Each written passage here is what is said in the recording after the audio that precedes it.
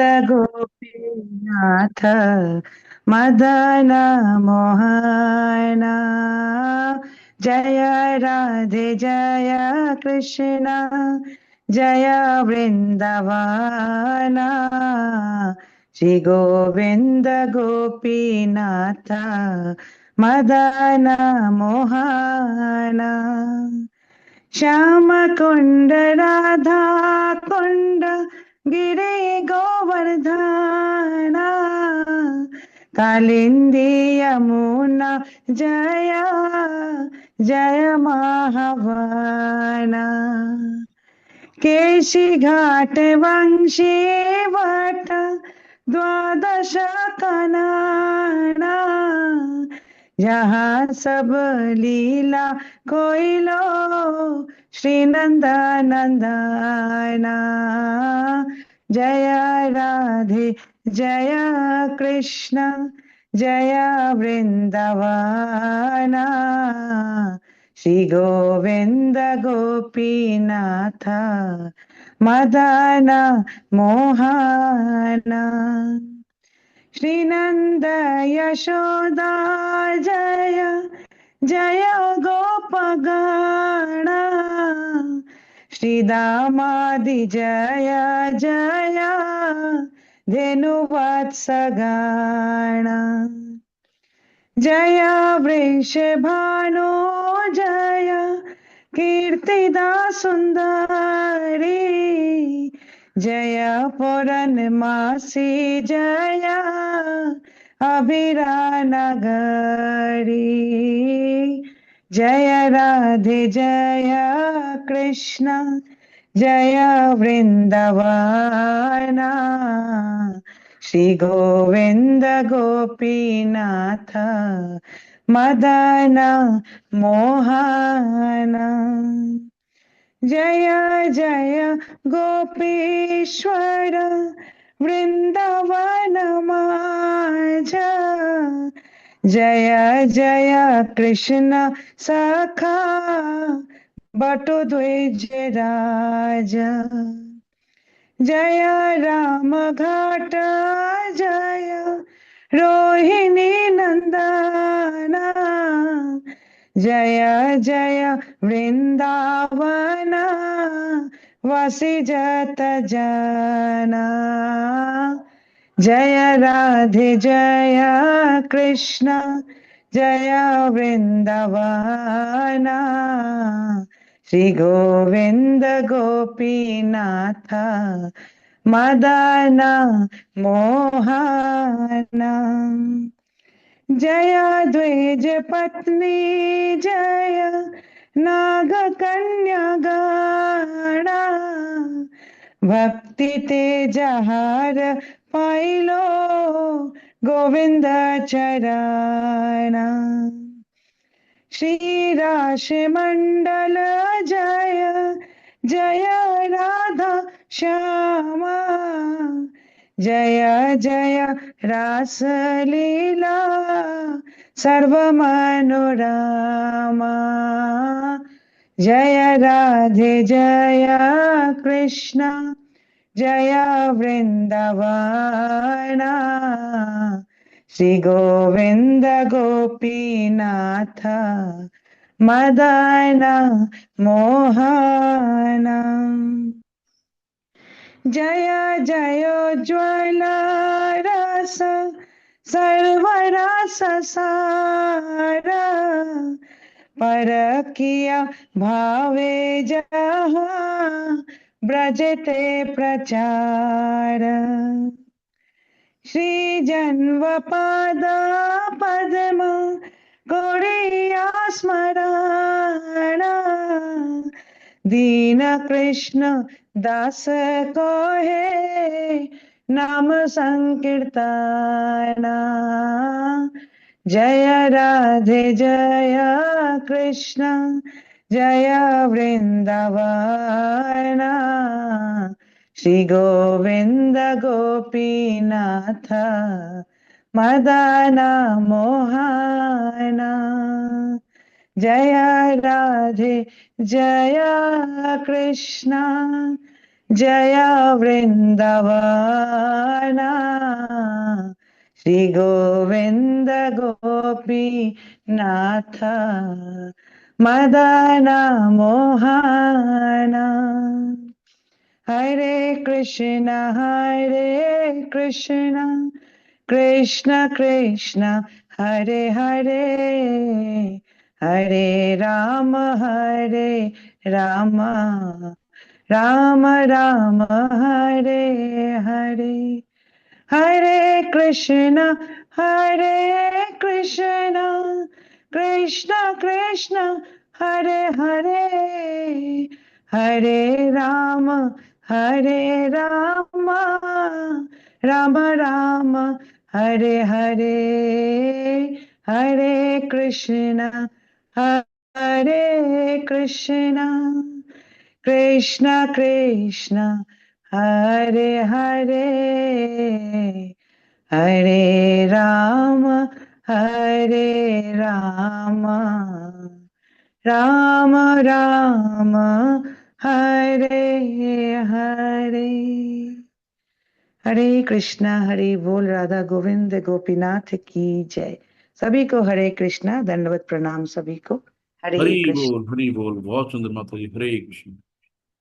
धन्यवाद प्रभु जी। हरे कृष्ण प्रभु जी, सादर प्रणाम सभी को। हरे हरे कृष्ण कृष्णा। माता जी, प्रणाम। हरे कृष्ण।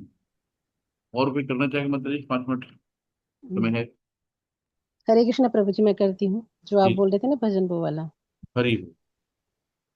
हरे कृष्णा सभी को। सर्व सब तोमार चरणी संपिया, पड़छि तोमारे घरे। सर्व सब तोमार चरणी संपिया, पड़छि तोमारे घरे। তুমি তো ঠাকুর তোমার কুকুর, তুমি তো ঠাকুর তোমার কুকুর, বলিয়া জান हो मोरे, बलिया जान हो मोरे। सर्व सब तोमार चरणे संपिया, पड़छि तोमारे घरे। बांधिया निकटे আমারে পালিবে, বাঁধিয়া নিকটে আমারে পালিবে, রহিব তোমার দ্বারে, রহিব তোমার দ্বারে। প্রদীপ জনে রে আসিতে না দেব, প্রদীপ জনে রে আসিতে না দেব, রাখিব গডের পারে, রাখিব গডের পারে। सर्व सब তোমার চরণে संपिया, पड़छि তোমারে ঘরে। तब निज जन प्रसाद सेविया, तब निज जन प्रसाद सेविया, उचिष्ट राखिबे आहा, उचिष्ट राखिबे आहा। আমার ভোজন परम आनंदे, আমার ভোজন परम आनंदे, प्रतिदिन हवे ताहा, प्रतिदिन हवे ताहा। सर्व सब तोमार चरणे संपिया, पड़छि तोमार घरे। बसिया শুইয়া তোমার চরণ, বসিয়া শুইয়া তোমার চরণ, চিন্তিব সতত আমি, চিন্তিব সতত আমি। নাচিতে নাচিতে নিকটে আইব, নাচিতে নাচিতে নিকটে আইব, यखन डाकिबे তুমি, यखन डाकिबे তুমি। सर्व सब तोमार चरणे संपिया, पड़ेछे তোমারে ঘাড়ে নিজের পোষণ কভু না ভাবিব নিজের পোষণ কভু না ভাবিব রহিব ভাবের ভারে रहिब भाविब भारे भक्ति विनोद तुम्हारे पालक भक्ति विनोद तुम्हारे पालक बलिया वरन करे बलिया वरन करे सर्व सब तोमार चरण संपिया पड़छी तोमार घरे তুমি তো ঠাকুর তোমার কুকুর তুমি তো ঠাকুর তোমার কুকুর बलिया जान हो मोरे बलिया जान हो मोरे सर्व सब तुम्हार चरण संपिया पड़छी तुम्हारे घरे हरे कृष्णा कृष्णा कृष्णा हरे हरे हरे राम राम राम हरे हरे हरे कृष्णा कृष्णा कृष्णा हरे हरे हरे राम राम राम हरे हरे हरे कृष्णा कृष्णा कृष्णा हरे हरे हरे राम राम राम हरे हरे हरे कृष्णा सभी को। हरे कृष्णा प्रभु जी। बहुत सुंदर माता जी, बहुत सुंदर माता जी। थोड़ा सा भावार्थ बता दीजिए, बहुत हाँ ज्यादा। जी प्रभु जी, हाँ बिल्कुल बिल्कुल। हरि बोल, इसका हरि। अर्थ है, मैंने सब कुछ आपके चरण कमलों में अर्पित कर दिया है तथा इस प्रकार मैं आपके घर में आ गया हूँ। अब आप मेरे स्वामी हैं और मैं आपका कुत्ता हूँ। कृपया करके मेरे साथ इसी प्रकार व्यवहार करें। कृपया मुझे बांध दें एवं अपने द्वार के निकट रख लें। इस प्रकार से कृपया मेरा निर्वाह करें। मैं किसी भी द्वेषी को आपके घर के पास नहीं आने दूंगा, बल्कि उसे दूर तक खदेड़ दूंगा। आपके पार्षद आपका उच्चिष्ट पाकर जो कुछ प्रसाद छोड़ देंगे, वही मेरा प्रतिदिन का भोजन होगा। मैं उसे पाकर अत्यंत प्रसन्नता पूर्वक उसका आस्वादन करूंगा। चाहे मैं बैठा हूँ या चाहे सो रहा हूँ, मैं सदैव आपके चरण कमलों का ध्यान करूंगा। आप जब भी मुझे बुलाएंगे, मैं आपके पास नाचता हुआ आ जाऊंगा। मैं अपने निर्वाह की कभी चिंता भी नहीं करूंगा, क्योंकि मैं सदैव आपके परमानंददायक प्रेम में निमग्न रहूंगा। श्री भक्ति विनोद ठाकुर आपको एकमात्र पालन करता स्वीकार करते हैं। हरे कृष्णा।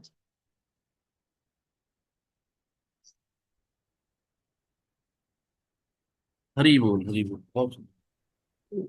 यही है, धन्यवाद प्रभु। जैसे कि आवारा कुत्ते नहीं होते हैं, नगर निगम वाले उनको उठा ले जाते हैं, लेकिन जिनके गले में पट्टा पड़ा रहता है ना, तो उनको छोड़ देते हैं। तो वही है, यमराज जी भी जो है ना, जिनके गले में पट्टा पड़ा है और तिलक लगाए हैं, शुद्ध वैष्णव हैं, यमराज के दूत उनकी तरफ देखते तक नहीं। जो होते भैया, इनको तो विष्णु दूत लेने आएंगे। इसीलिए हम लोग गले में तुलसी की माला, ये जी एकदम सरकारी है, बस विष्णु भक्त हैं।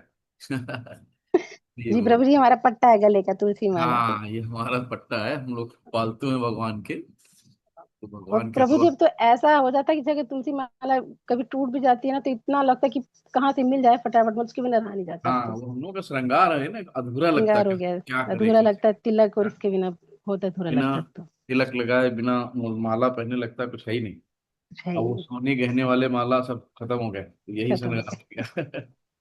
जी हरे प्रभु जी कृष्णा, सभी को दंड प्रणाम। तो हम लोग आगे बढ़ाते हैं कक्षा को। सभी का स्वागत है, सभी को दंड प्रणाम। बिल्कुल। तो आज हम लोग अध्याय 6 ध्यान योग। भगवान सब चीज बताते हैं, कर्म योग, ध्यान योग, भक्ति योग, है ना? लेकिन अल्टीमेट भक्ति है। भगवान ने सब कुछ बताया, कुछ छोड़ा नहीं है, कि आपको कैसे इस जीवन में रहना है और कैसे यहाँ से निकलना है। और इस बीच में जो आपकी क्या क्या समस्याएं आती हैं, कहाँ आप उलझते हो, उन उलझनों से कैसे आपको बाहर निकलना है, कैसे आसानी से उन कठिन मार्गों को पार करना है, सबका रास्ता भगवान यहाँ बताते हैं, है ना। और अर्जुन हम लोगों के प्रतिनिधि हैं, जो हम लोगों की लाइफ में जो समस्याएं हैं, डिप्रेशन है, अवसाद हैं, सब उसके बारे में अर्जुन भगवान से क्वेश्चन करते हैं। भगवान एक एक को विस्तृत बताते हैं। तो हम लोग 24 तक हो चुका था, और उसके आगे चलेंगे। पहले हम लोग अपने गुरुओं को प्रणाम कर लेते हैं, उनसे आशीर्वाद लेके, क्योंकि बिना उनके आशीर्वाद के कुछ भी संभव नहीं है। ओम नमो भगवते वासुदेवाय। ओम नमो भगवते वासुदेवाय। ओम नमो भगवते वासुदेवाय। ओम अज्ञानतिमिरान्धस्य ज्ञानञ्जनशलाकया चक्षुरुन्मिलितं येन तस्मै श्रीगुरुवे नमः। श्रीचैतन्यमनोभीष्टं स्थापितं येन भूतले स्वयं रूपः कदादिमहिमं ददाति स्वपदान्तिकम्। वन्देऽहं श्रीगुरु श्रीयुतकमलं श्रीगुरुवैष्णवांश्च श्रीरूपसाग्रजातं सहगण रघुनाथान्वितांस्तं सजीवम् सावधैतम सावधूतम परिजन सहित श्री कृष्ण चैतन्य देवम श्री राधा कृष्ण पादान सहगण ललिता श्री विशाखान्वितांश। हे कृष्ण करुणा सिंधु दीन बंधु जगतपते गोपेश गोपिका कांत राधा कांत नमस्तुते। तप्त कांचन गौरांगी राधे वृंदावनेश्वरी वृषभानुसुते देवी प्रणमामि प्रिये। नीलाचल निवासाय नित्याय परमात्मने बलभद्र सुभद्राभ्याम जगन्नाथाय ते नमो। नमो महावादान्याय कृष्ण प्रेमा प्रदायते कृष्णाय कृष्ण चैतन्य नामने गौरात्वैषे नमः। वाञ्छाकल्पतरुभ्यश्च कृपा सिन्धुभ्येव च पतितानां पावनेभ्यो वैष्णवेभ्यो नमो नमः। नमो विष्णुपादाय कृष्णपृष्ठाय भूतले श्रीमते भक्ति वेदांत स्वामिनि इति नामिने। नमस्ते सरस्वती देवी गौरवाणी प्रचारिणी निर्विशेष शून्यवादी पाश्चात्य देशतारिणी। जय श्री कृष्णा चैतन्य प्रभु नित्यानंदा श्री अद्वैत गदाधर श्रीवासादि गौरा भक्त वृंदा। हरे कृष्णा कृष्णा कृष्णा हरे हरे, हरे राम राम राम हरे हरे, हरे कृष्णा कृष्णा कृष्णा हरे हरे, हरे राम राम राम हरे कृष्णा कृष्णा कृष्णा हरे हरे, हरे राम राम राम हरे हरे, हरे कृष्णा कृष्णा कृष्णा हरे हरे, हरे राम राम राम हरे हरे। हरे कृष्णा। सभी धन प्रणाम। स्वागत है आज की कक्षा में सभी का। और यहाँ पे हम लोग देखते हैं श्रील प्रभुपाद की जय, गुरु महाराज जी की जय, उपस्थित सभी भक्त वृंद की जय। सह निश्चयन योक्तव्यो योगो निर्वर्ण चेतसा संकल्पो प्रभवान कामान त्यक्त्वा सर्वान् चेतसतः मन सेवेन्द्रिय ग्रामम विनियम्य समन्वितः। तो ये हम लोग देख चुके थे, लेकिन फिर भी एक बार देख लेते हैं कि मनुष्य को चाहिए कि संकल्प और श्रद्धा के साथ योग्याभ्यास में लगे और पथ से विचलित न हो। बहुत लोग लग तो जाते हैं भगवान की भक्ति में, लेकिन कुछ समय बाद अरे छोड़ो यार, कौन रोज, आज संडे संडे को कौन उठता है ना, आज थोड़ा सा सो लेते हैं, आज देर में उठेंगे, है ना। तो हमारा मन, यानी कि हमारी जो माया है, माया हमको भक्ति करने नहीं देती, है ना, भगवान से दूर ले जाती है। वो जानती है कि अगर भगवान की भक्ति में ये दृढ़ हो गए तो भगवान इनके गुलाम बन जाएंगे, है ना। भगवान अपने भक्तों की गुलामी करने लगते हैं। तो कोई भी सेविका दासी नहीं चाहती है कि हमारा मालिक किसी का गुलाम बने। इसलिए जब हम भक्ति करते हैं ना, तो निंद्रा रानी आ जाती है माया को, है ना। आंखें बंद होने लगती है, क्लास में बैठे हैं उंघाई आ रही है, सो नहीं रहे, तमोन गुणी बन गए, माला कर रहे हैं नींद आ रही है ना। ये सब है क्योंकि हमारा दृढ़ विश्वास नहीं है, हमें श्रद्धा भाव नहीं है भी भगवान के अंदर जगह। जब तक श्रद्धा नहीं आएगी तब तक आगे कुछ होगा नहीं, तो हम लोग विचलित होते रहेंगे, है ना। लेकिन जैसे कितना भी रात में देर में सोई हो, है ना, लेकिन सुबह बच्चे को अगर 6 बजे 7 बजे स्कूल जाना है ना, तो उठ के तुरंत टिफिन बनाना होता है, जिम्मेदारी होती है, गुलामी नहीं होती है ना, ड्यूटी होती है कि हमें काम करना है, ड्यूटी जाना है 8 बजे, भले ही कुछ भी हो, नहीं पहुंचना है हमें। तो वैसे ही भगवान की भक्ति है, कुछ भी हो, रात 2 बजे सोए लेकिन सुबह 4:30 बजे मंगला आरती करनी है ना, उठना है, चोला माला करना ही करना है। ये हमारी ड्यूटी है, रिस्पॉन्सिबिलिटी है हमारी, है ना। ये कोई बाध्यता नहीं कि कोई कनपटी में बंदूक रख के बोलता है चलो अपने बच्चे का टिफिन बनाओ चल के, है ना। हमारी रिस्पॉन्सिबिलिटी होती है, वैसे ही हमारी भक्ति भी हमारी रिस्पॉन्सिबिलिटी है, हमें करना है। भगवान यहाँ पे हर चीज बता रहे हैं संकल्प तथा श्रद्धा के साथ में, है ना। कि हमें संकल्प होना, दृढ़ संकल्प होना चाहिए कि नहीं चलो यार आज नहीं करते, आज छोड़ देते, है ना। और जब श्रद्धा होगी तभी संकल्प होगा, है ना। तो संकल्प तथा श्रद्धा बहुत बड़ी चीज होती है। कि संकल्प तथा श्रद्धा के साथ योगाभ्यास में लगे और पथ से विचलित ना हो। तो हमारा योगाभ्यास यही है, 16 माला कम से कम और 4 नियमों का पालन, है ना। हमें बहुत ज्यादा हजारों साल पहाड़ों पे, बर्फ के पहाड़ों की चट्टानों पे जाके निवृत्त होके तो योगाभ्यास नहीं लगाने, है ना। एक पैर पे नहीं खड़ा होना है, सिर के बल नहीं खड़ा होना, आधे जमीन में नहीं घुसना है, कि शरीर में दीमक नहीं लगवाने, घर गृहस्थी में रहो, है ना, अपनी बीवी बच्चों के साथ खेलो कूदो, है ना, गृहस्थ ब्रह्मचारी बन के रहो और आराम से भगवत धाम जाओ। बहुत सरल है, कलयुग में देवता लोग भी तरसते काश कलयुग में मेरा भी जन्म हो जाता। ये कलयुग में भक्ति बहुत सरल है ना। इतनी सरल होने के बावजूद भी लोगों के दिमाग नहीं खुलते हैं, लोगों का मन इतना दूषित है, इतना लेयर जमी है कि वो लेयर हटने में बहुत टाइम लगेगा, है ना। तो भगवान जब तक बुद्धि नहीं देंगे, तेषां सतत युक्ता नाम भजताम प्रीत पूर्वकम तदामि बुद्धि योगम तम ये नमामुपयान्ते। तो जब आप निरंतर दृढ़ संकल्प और श्रद्धा के साथ लगे रहेंगे, निरंतर सततम कीर्तयन्तो मां, तब भगवान बुद्धि देंगे कि तुम मुझको कैसे प्राप्त कर सकते हो। तो बिना भगवान की बुद्धि दिए कुछ नहीं हो सकता। यहाँ तमोगुणी की तरह सोते रहो, खाते रहो, पड़े रहो, बच्चे पैदा करते रहो, है ना। इसी में सुख ढूंढता रहता आदमी। तो यही है। तो हमें ये सब क्षणिक सुख है, इस सुख के बाद दुख आता है, लेकिन आनंद के बाद पूर्ण आनंद कुछ नहीं। आनंद या आनंद का मतलब आनंद, सच्चित आनंद, सच्चित आनंद, है ना, जिसकी कभी कोई खास नहीं होता, कमी नहीं होती। तो उसे चाहिए कि मनोधर्म से उत्पन्न समस्त इच्छाओं को निरपवाद रूप से त्याग दे। समस्त प्रकार की इच्छाएं जो हमारे अंदर मनोधर्म से उत्पन्न होती है ना, अनकंट्रोल्ड डिजायर, दिल मांगे मोर, है ना, कि थोड़ा है और बहुत की जरूरत है, ये सब त्यागना होगा। इस प्रकार मन के द्वारा सभी ओर से इंद्रियों को वश में करे, है ना। तो जैसे भी माता जी ने बोला ना कि तुलसी की माला नहीं होती है तो लगता है कुछ अधूरा है। ये हमारा श्रृंगार है।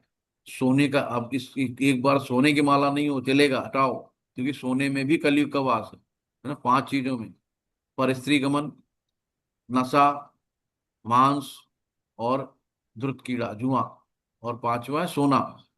तो इन सब में कलयुग घुसा है। इन कलयुग को, हमें कलयुग से दूर रहना है। दूर कैसे रहना है? सिर्फ भगवान की भक्ति करके। जब आप भगवान की भक्ति करोगे तो सारे जितनी भी आपकी इच्छा है ना, सब शून्य हो जाएंगे। आपको बाहर मोमोज दिखे, बाहर आपको सब चीजें दिखी, सब खत्म, कोई इच्छा नहीं। लगेगा यार कूड़ा है, पता नहीं किस चेतना से बनाया इस बंदे ने, इसकी चेतना कैसी थी, है ना।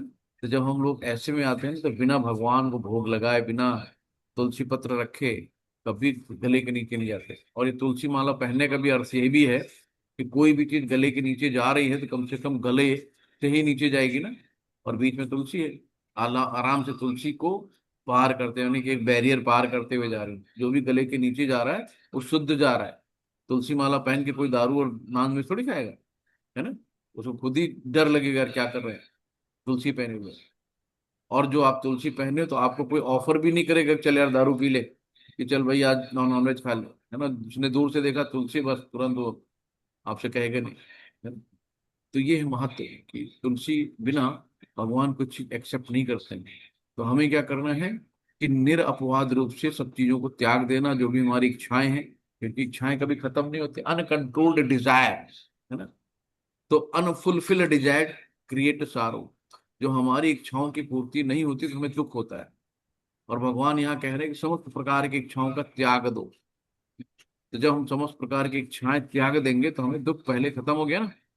तो सबसे बड़ी बात है अनकंट्रोल्ड डिजायर, और अनफुलफिल्ड डिजायर क्रिएट सारो। तो हमारी जो इच्छाएं पूर्ति नहीं होती तो हमें बड़ा दुख होता है, बड़ा बुरा लगता है, बड़ा रोना आता है कि यार बताओ, सब तो कर लिए, हम नहीं कर पा रहे हैं। ये है।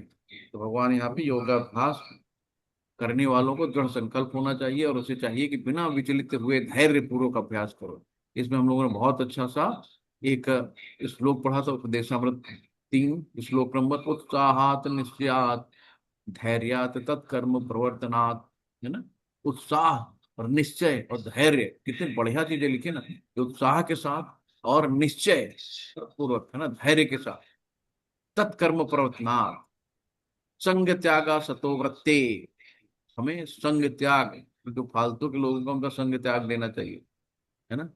और सट भीर भक्ति विनश्यति, तो मनुष्य पूर्ण हार्दिक उत्साह के साथ है, और धैर्य तथा संकल्प के साथ भक्ति योग का पूर्ण रूप से पालन भक्त के साथ, है ना, रहकर निर्धारित कर्मों के करने तथा सत्कार्यों को पूर्णता में रहने से कर सकता है। तो ये है, जहां तक संकल्प की बात है, मनुष्य को चाहिए कि गौरैया आदर्श धारण करे, है ना। गौरैया की कहानी बताई थी ना, कि गौरैया के अंडे समुद्र में चले गए, और वो गौरैया ने कहा मेरे अंडे दे दो। समुद्र सुन ही नहीं रहा, तो गौरैया ने कहा तेरा पानी में सुखा दूंगी, और अपनी छोटी सी चोंच से वो पानी समुद्र का निकाल के बाहर फेंकती रही, बाहर फेंकती रही, बाहर फेंकती रही, है ना। इस तरीके का दृढ़ संकल्प होना चाहिए। ये नहीं करे हम क्या कर पाएंगे, हम तो बहुत तुच्छ जीव हैं, हम तो आज अजना से हैं, हमारे तो हाथ में कुछ है ही नहीं है। नहीं, आप अपना प्रयास करो, निश्चात धैर्य पूर्वक, निश्चित पूर्वक, उत्साह से लगो, गौरैया की तरह। हम इस समुद्र का पानी सुखा के अपने अंडे बच्चों को बचाऊंगी, है ना? तो जब गौरैया ने उत्साह धैर्य से उस चीज को करना शुरू कर दिया, तब गरुड़ जो भगवान विष्णु के वाहक हैं, तो उन्होंने देखा कि एक छोटी सी मेरी छोटी भाई चिड़िया उन्हीं के वंशज की होगी ना। तो जो पक्षी हैं, पक्षी ग्रुप में तो वरुण जी भी आते हैं, वो भी आते हैं। तो छोटी सी मेरी बहन इतना जूझ रही है, तो उसने समुद्र से कहा कि हे समुद्र, गौरैया के अंडे वापस करो, वरना। फिर समुद्र बेचारा डर गया कि यार ये तो डायरेक्ट जो है विष्णु भगवान के विराट वाहन पक्षीराज गरुण है। तो उन्होंने तुरंत उसको वापस कर दिया, है ना।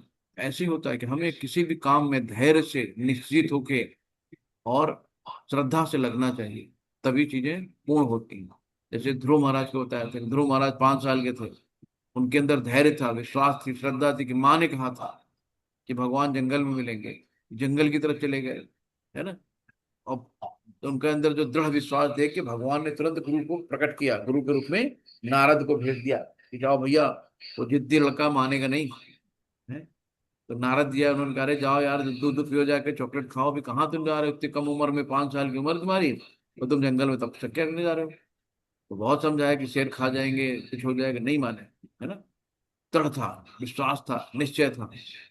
ये सब चीजें होती है ना, और भक्तों का संग मिल गया, गुरु का संग मिल गया, तो फिर गुरु बन के नारद जी ने उन्हें गुरु मंत्र दिया, ओम नमो भगवते वासुदेवाय।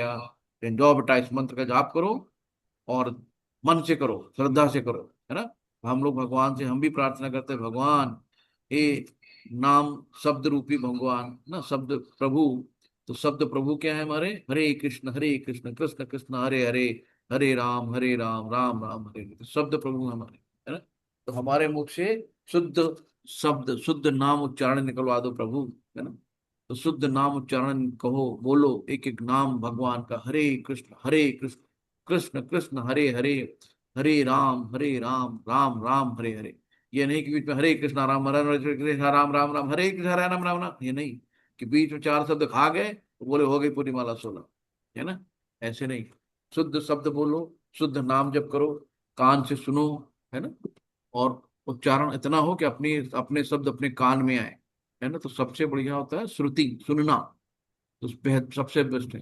तो परीक्षित महाराज ने 7 दिन में केवल भागवतम सुन के सीधे भागवत धाम को गए, है ना। बहुत ज्यादा उन्होंने शास्त्रों का अध्ययन नहीं किया, केवल सुना।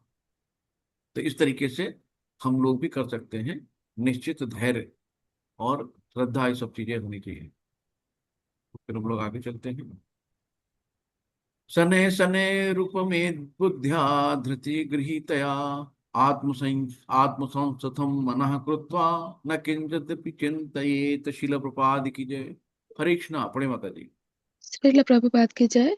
हरे कृष्ण सभी को। धीरे धीरे क्रमशः पूर्ण विश्वास पूर्वक बुद्धि के द्वारा समाधि में स्थित होना चाहिए और इस प्रकार मन को आत्मा में स्थित करना चाहिए तथा अन्य कुछ भी नहीं सोचना चाहिए। हरे कृष्ण। हरे कृष्णा। तो ये देखो, यहाँ पे बताया प्रत्याहार की परिभाषा। व्हाट इज प्रत्याहार, क्या होता है प्रत्याहार? कि समुचित विश्वास तथा बुद्धि के द्वारा मनुष्य को धीरे धीरे सारे इंद्रिय कर्म बंद कर देने चाहिए, है ना। जब हमारा ये विश्वास होगा कि ये इंद्रिय कर्म किसी काम का नहीं है, हमें दुख दे रहा है ना। और ये पता कैसे चलेगा? बुद्धि से पता चलेगा, है ना। और अभी जैसे पिछले अध्याय में हम लोगों ने पिछले चैप्टर में देखा ना कि बुद्धि कहाँ है? मन से, मन के पीछे। और मन कहाँ है? इंद्रियों के पीछे, है ना।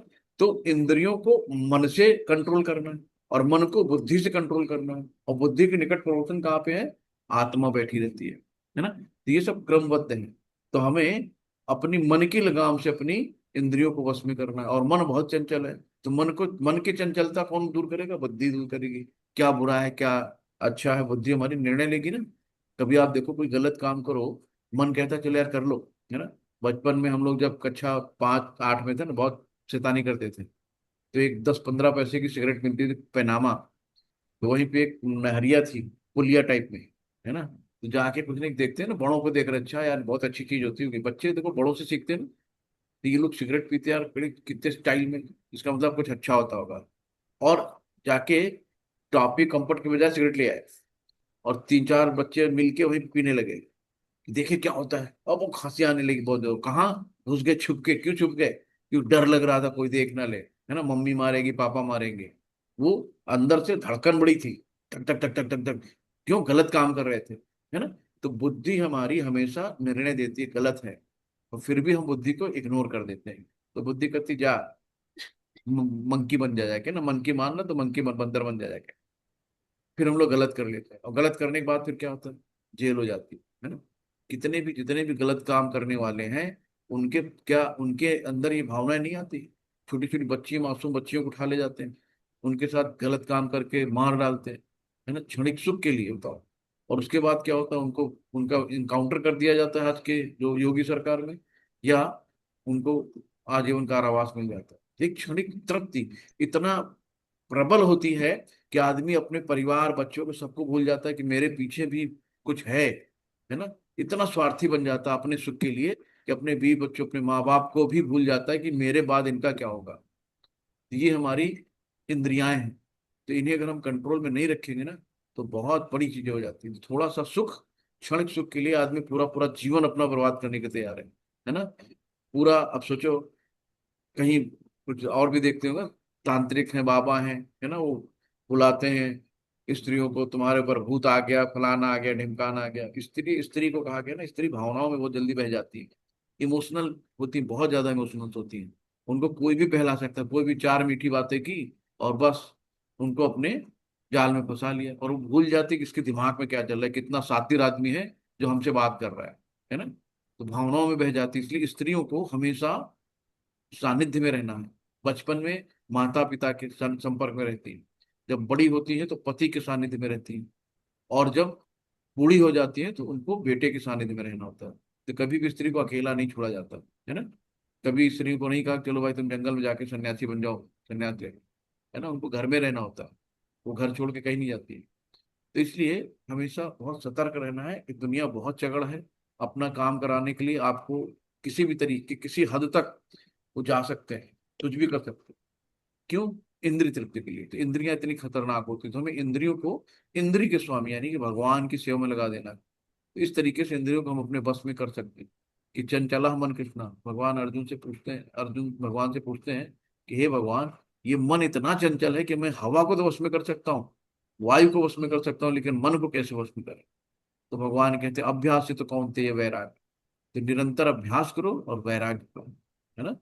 तो अभ्यास करो और डिटैच हो जाओ सबसे। तो धीरे धीरे, एक दिन में नहीं होगा, अभ्यास से आएगा, है ना। सब कुछ अभ्यास से ही आता है, एक दिन से, एक दिन में कुछ नहीं होता है। तो यही है, हमें सोचना है कि हम शरीर नहीं है, हम आत्मा है। हमारी आत्मा आज की नहीं है, सनातन है, बहुत पुरानी है, कभी खत्म नहीं होती, है ना। कहाँ से आई? भगवान के यहाँ से आई है। और हम हैं क्या? ये सब चोला है ना। आज ये वाले कपड़े पहन लिए, कल वो वाले कपड़े पहन लिए, तो पता नहीं कितने हम लोगों ने कपड़े बदल दिए हैं शरीर में। तो शरीर रूपी कपड़े, जैसे यहाँ पे हम लोग ना पुराना कपड़ा छोड़ देते हैं, नया पहन लेते हैं, आज ये वाला अच्छा है। तो आत्मा भी कहते हैं ना, ये वाला पुराना बुढ़ा शरीर बेकार जर्जर हो गया, खंडहर हो गया, हटाओ, नए घर में चलते हैं। तो आत्मा को कोई प्रॉब्लम नहीं होती नए घर जाने में। और नया घर हमें मिलता कैसे है? हमारी अनंत इच्छाएं, जो हमारी इच्छाएं खत्म नहीं होती ना। अगर हम बूढ़े हो गए और हमारे अंदर इच्छा भी बाकी है कि हमने ये काम नहीं करे, है ना, अभी हमको ये भी करना है, वो भी करना है, ये भी करना है, अगला जन्म लेना है, तो हमारी इच्छाओं की पूर्ति के लिए भगवान सैंक्शन कर देते, फिर अगला जन्म देते जा। लेकिन अगला जन्म आपको भले धीरू भाई मानी क्या मिल जाए, लेकिन सुख कहीं नहीं है ना। यहाँ पे सुख है ही नहीं। इसको भगवान ने कहा, नाम ही दे दिया दुखालय शाश्वत। ये दुखों का जो जो पृथ्वी लोक है ना, मृत्यु लोक कहा गया है ना। तो यहाँ पे जो आया उसको मरना है। जन्म मृत्यु जरा व्याधि, चार चीजों से उसको फुर्सत मिलनी नहीं है। कि जो बच्चा पैदा हुआ है, बड़ा होगा, बूढ़ा होगा, बीमार होगा, यहाँ पे दुनिया की परेशानियां झेलेगा और मर के चला जाएगा, है ना। तो आप इस जन्म मृत्यु जरा व्याधि से अगर आपको छुटकारा पाना है, भगवान ने बहुत सरल, मतलब बहुत अच्छे समय, हम लोग सोचो कितने स्वर्णिम समय में पैदा हुए, कि हमने कोरोना भी देख लिया, नोटबंदी भी देख ली, हमने कितनी महामारियां देख ली, भूकंप भी देख लिया, सब कुछ देख लिया, है ना। हर तरीके की चीजें जो हो सकती हैं सब कुछ सामने दिखी। और और उससे भी बहुत सुंदर कि हमें महाप्रभु की कृपा मिल गई, हमें कृष्ण की शरण मिल गई, कि हमें गीता का पढ़ने का सुअवसर मिला, हमें गीता सुनने का सुअवसर मिला। इससे अच्छा दुनिया में हो क्या सकता है? तो हम लोग कितने so lucky, thank to thank thank, हजारों करोड़ों बार भगवान को धन्यवाद बोले तो कम, है ना। और फिर भी लोग सो रहे हैं अभी, जाग नहीं रहे हैं निद्रा से। कितना स्वर्णिम मौका भगवान ने दिया है, इसको मत छोड़ो। क्योंकि यहाँ पे कोई भी इनफाइनाइट लाइफ लेके नहीं आया। और आजकल कलयुग में लाइफ वैसे भी 65-70 से ज्यादा नहीं है, 50-55 लोग धीरे धीरे पहुंच रहे हैं। लाइफ कितनी बची है? मुश्किल से 10 साल, 5 साल, 5 साल बुढ़ापे में तो बीमारी में कट जाता है। ये दर्द वो दर्द, ऐसा दर्द है ना कि जिन जवानी नींद भर सोया, बुढ़ापा देख कर रोया, यही किस्सा पुराना है। बुढ़ापे में रोने के अलावा कुछ नहीं होता, भक्ति नहीं हो पाती है। तो भक्ति शुद्ध मन से होती है, जब आपके शरीर में पीड़ा ना हो, आप स्वस्थ मन से हो, तभी तो भगवान की सेवा कर पाओगे। और हाय दैया कुछ हो ही नहीं पा रहा, फिर भगवान की करें कि अपनी करें, है ना। फिर कैसे हो पाता है? इसलिए समय रहते हुए चेत जाओ, अभी भी समय है, फिर समय दोबारा नहीं मिलेगा। बुढ़ापे में आदमी क्या रोता है कि मैंने दौलत नहीं बनाई, या मैंने घर नहीं बनवाया, कि मैंने कार नहीं ली, कि मैंने बंगला नहीं लिया। बुढ़ापे में उसको किस चीज का अफसोस रहता है? कोई बताएगा? बुढ़ापे में जब आदमी मरने लगता है तो उसको सबसे ज्यादा दुख किस बात का रहता है अपनी लाइफ में? कि अपने, भगवान के विस्मरण का। जी मतलब जी,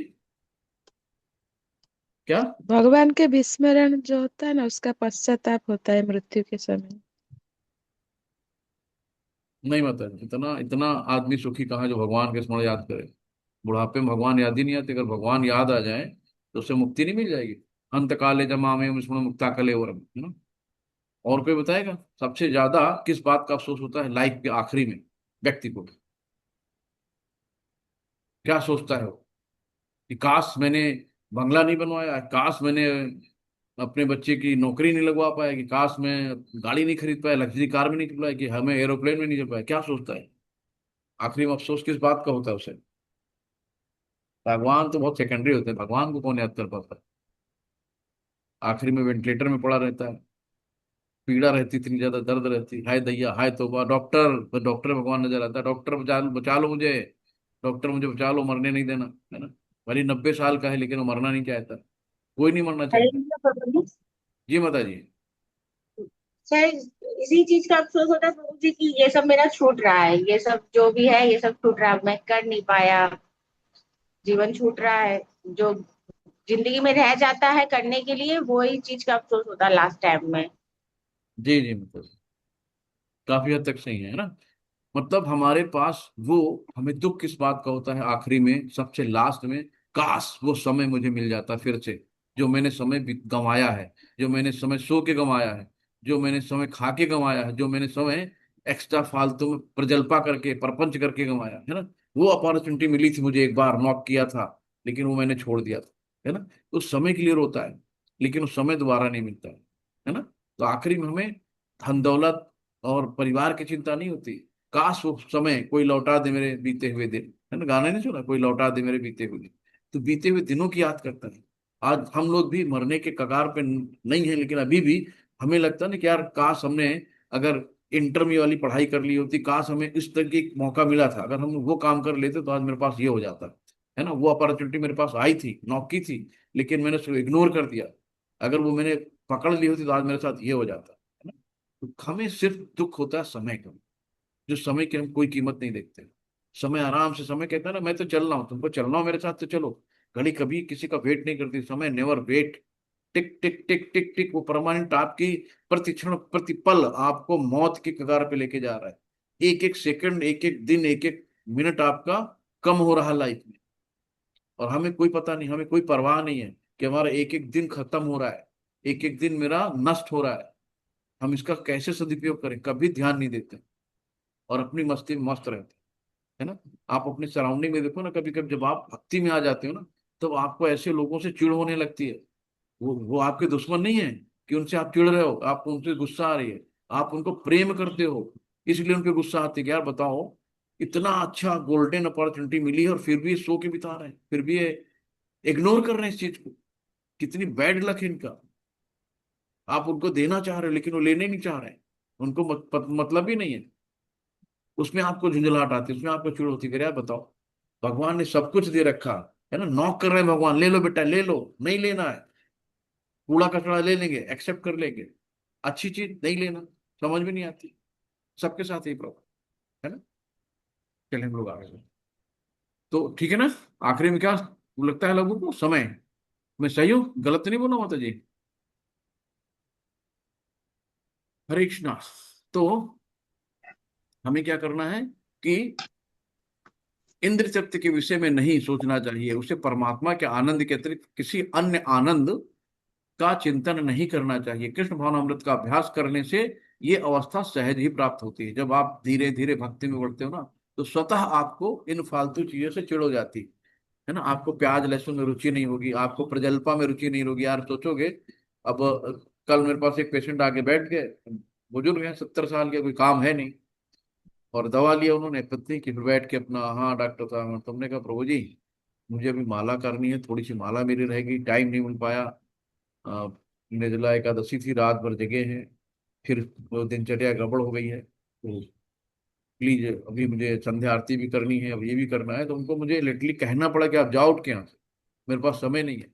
जब आप भक्ति में होते हो ना, तो आपको एक एक सेकंड लगता है मेरा जाया जा रहा है, थोड़ा समय मिले माला कर लें थोड़ा, मतलब मिनिमम 16 है ना, मैक्सिमम कुछ भी कर सकते हो आप, जितना ज्यादा कर सकते हो। तो जो भी भक्त को समय मिलता है ना, तुरंत कहीं लाइन में खड़ा ना, गैस की लाइन में खड़ा है, बिजली की लाइन में खड़ा, वहां से लोग हरे कृष्णा कृष्णा कृष्णा हरे हरे, यार राम राम राम हरे हरे। उसको पता नहीं है यार, लाइन लगे ठीक लगे रहते यार, हम अपने काम में बिजी हैं।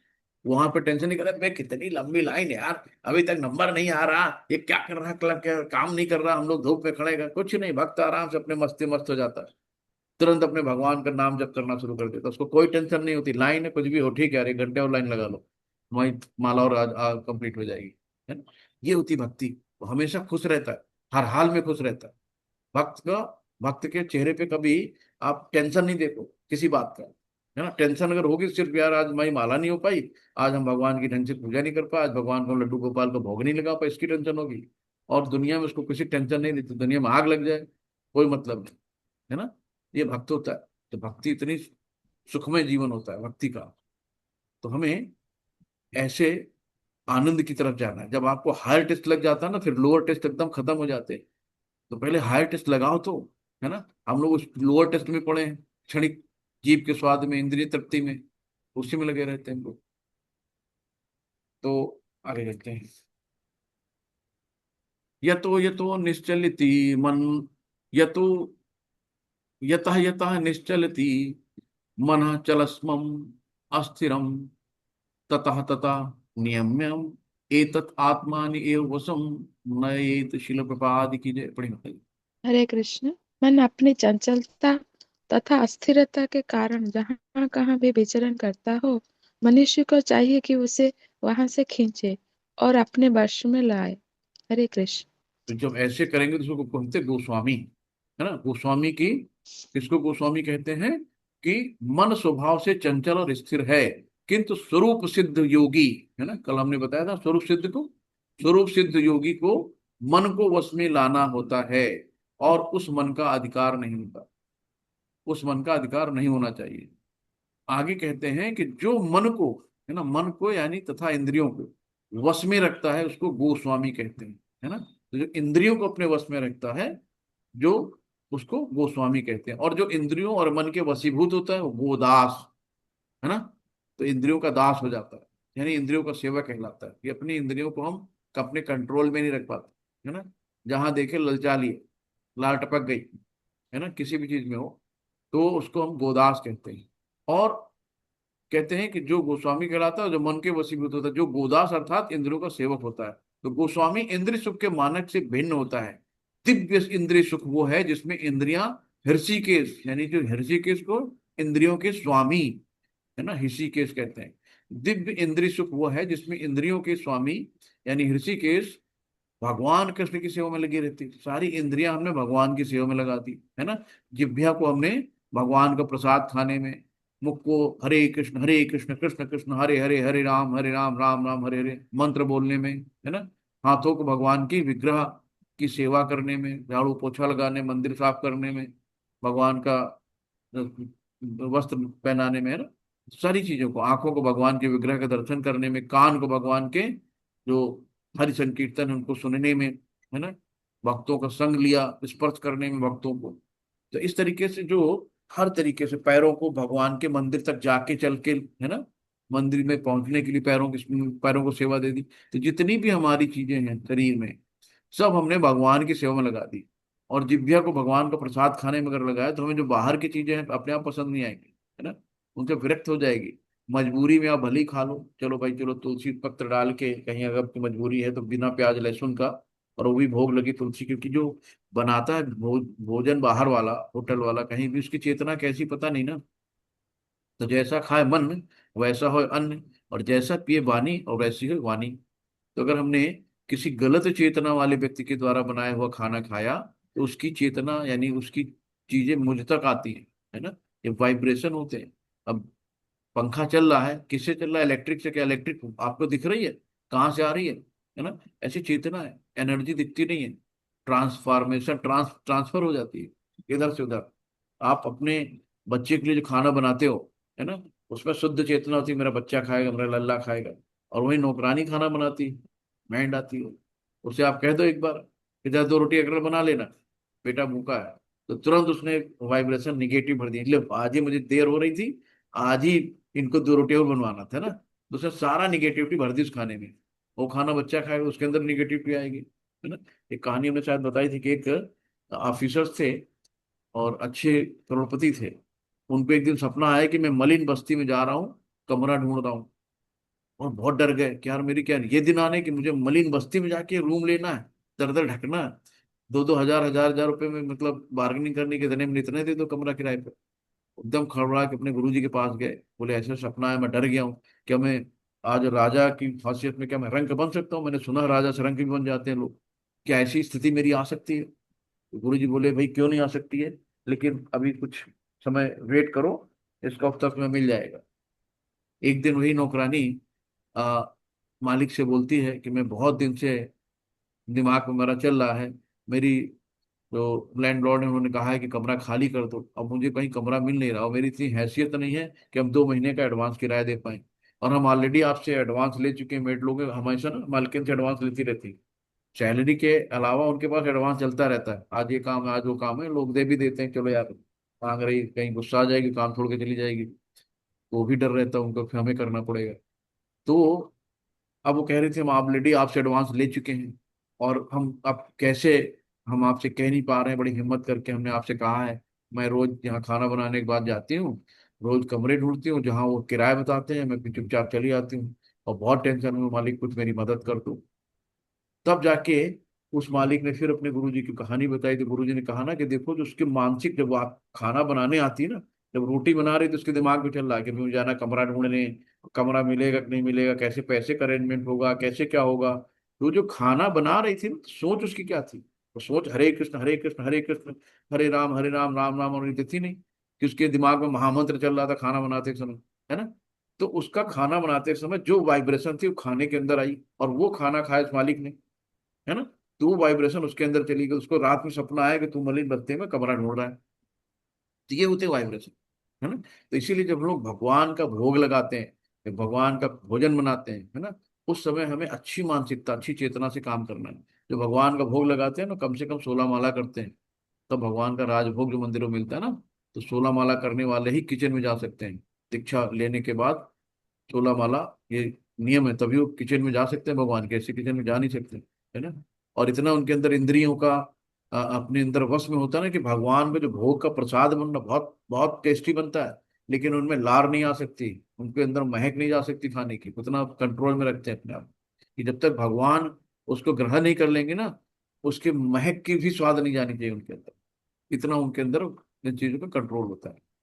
तो ये हमारी चेतना है कि हम अपने बच्चे के लिए खाना बनाएंगे तो मन से अच्छे से बनाएंगे, हम अपने बच्चे के लिए बना रहे हैं ना। अगर हम खाना बना चुके, किचन हमने फिनिश कर दी, तब भी अगर बच्चे ने बोला कि मम्मी भूख लगी, तो मम्मी बड़ी खुश होकर बना देगी, चलो मेरे बच्चे ने मांगा तो। लेकिन वही अगर नौकर से कह दोगे तो उसकी चेतना कैसी होगी, है ना। गालियां देंगी मने मन, या अभी इनको कहना था। इसलिए हमें क्या करना है कि अपनी इंद्रियों को अपने भगवान की सेवा में लगानी। आप घर में किचन में जब खाना बनाते हो, आपको हमेशा भगवान को याद रखना है ना, भगवान को आवाहन करना है कि भगवान, और इस खाने में ऐसी वाइब्रेशन डालो कि हमारे बच्चे, पति, हमारा परिवार स्वस्थ रहे, सुखी रहे, अच्छी चेतना में रहे, और आपकी भक्ति कर सके, है ना। तो जब आप खाना बनाते समय आपका मन भगवान के उसमें रहेगा ना, तो उसके अंदर वाइब्रेशन जाएंगे। तो जिसकी चेतना नहीं है भक्ति की, उसकी भी चेतना भक्ति में आ जाएगी। इसीलिए कहते हैं ना, किसी को मना नहीं करो कि तुम चाय नहीं पियो, तुम प्याज लहसुन नहीं खाओ। आप केवल भगवान का भोग लगा के प्रसाद दो।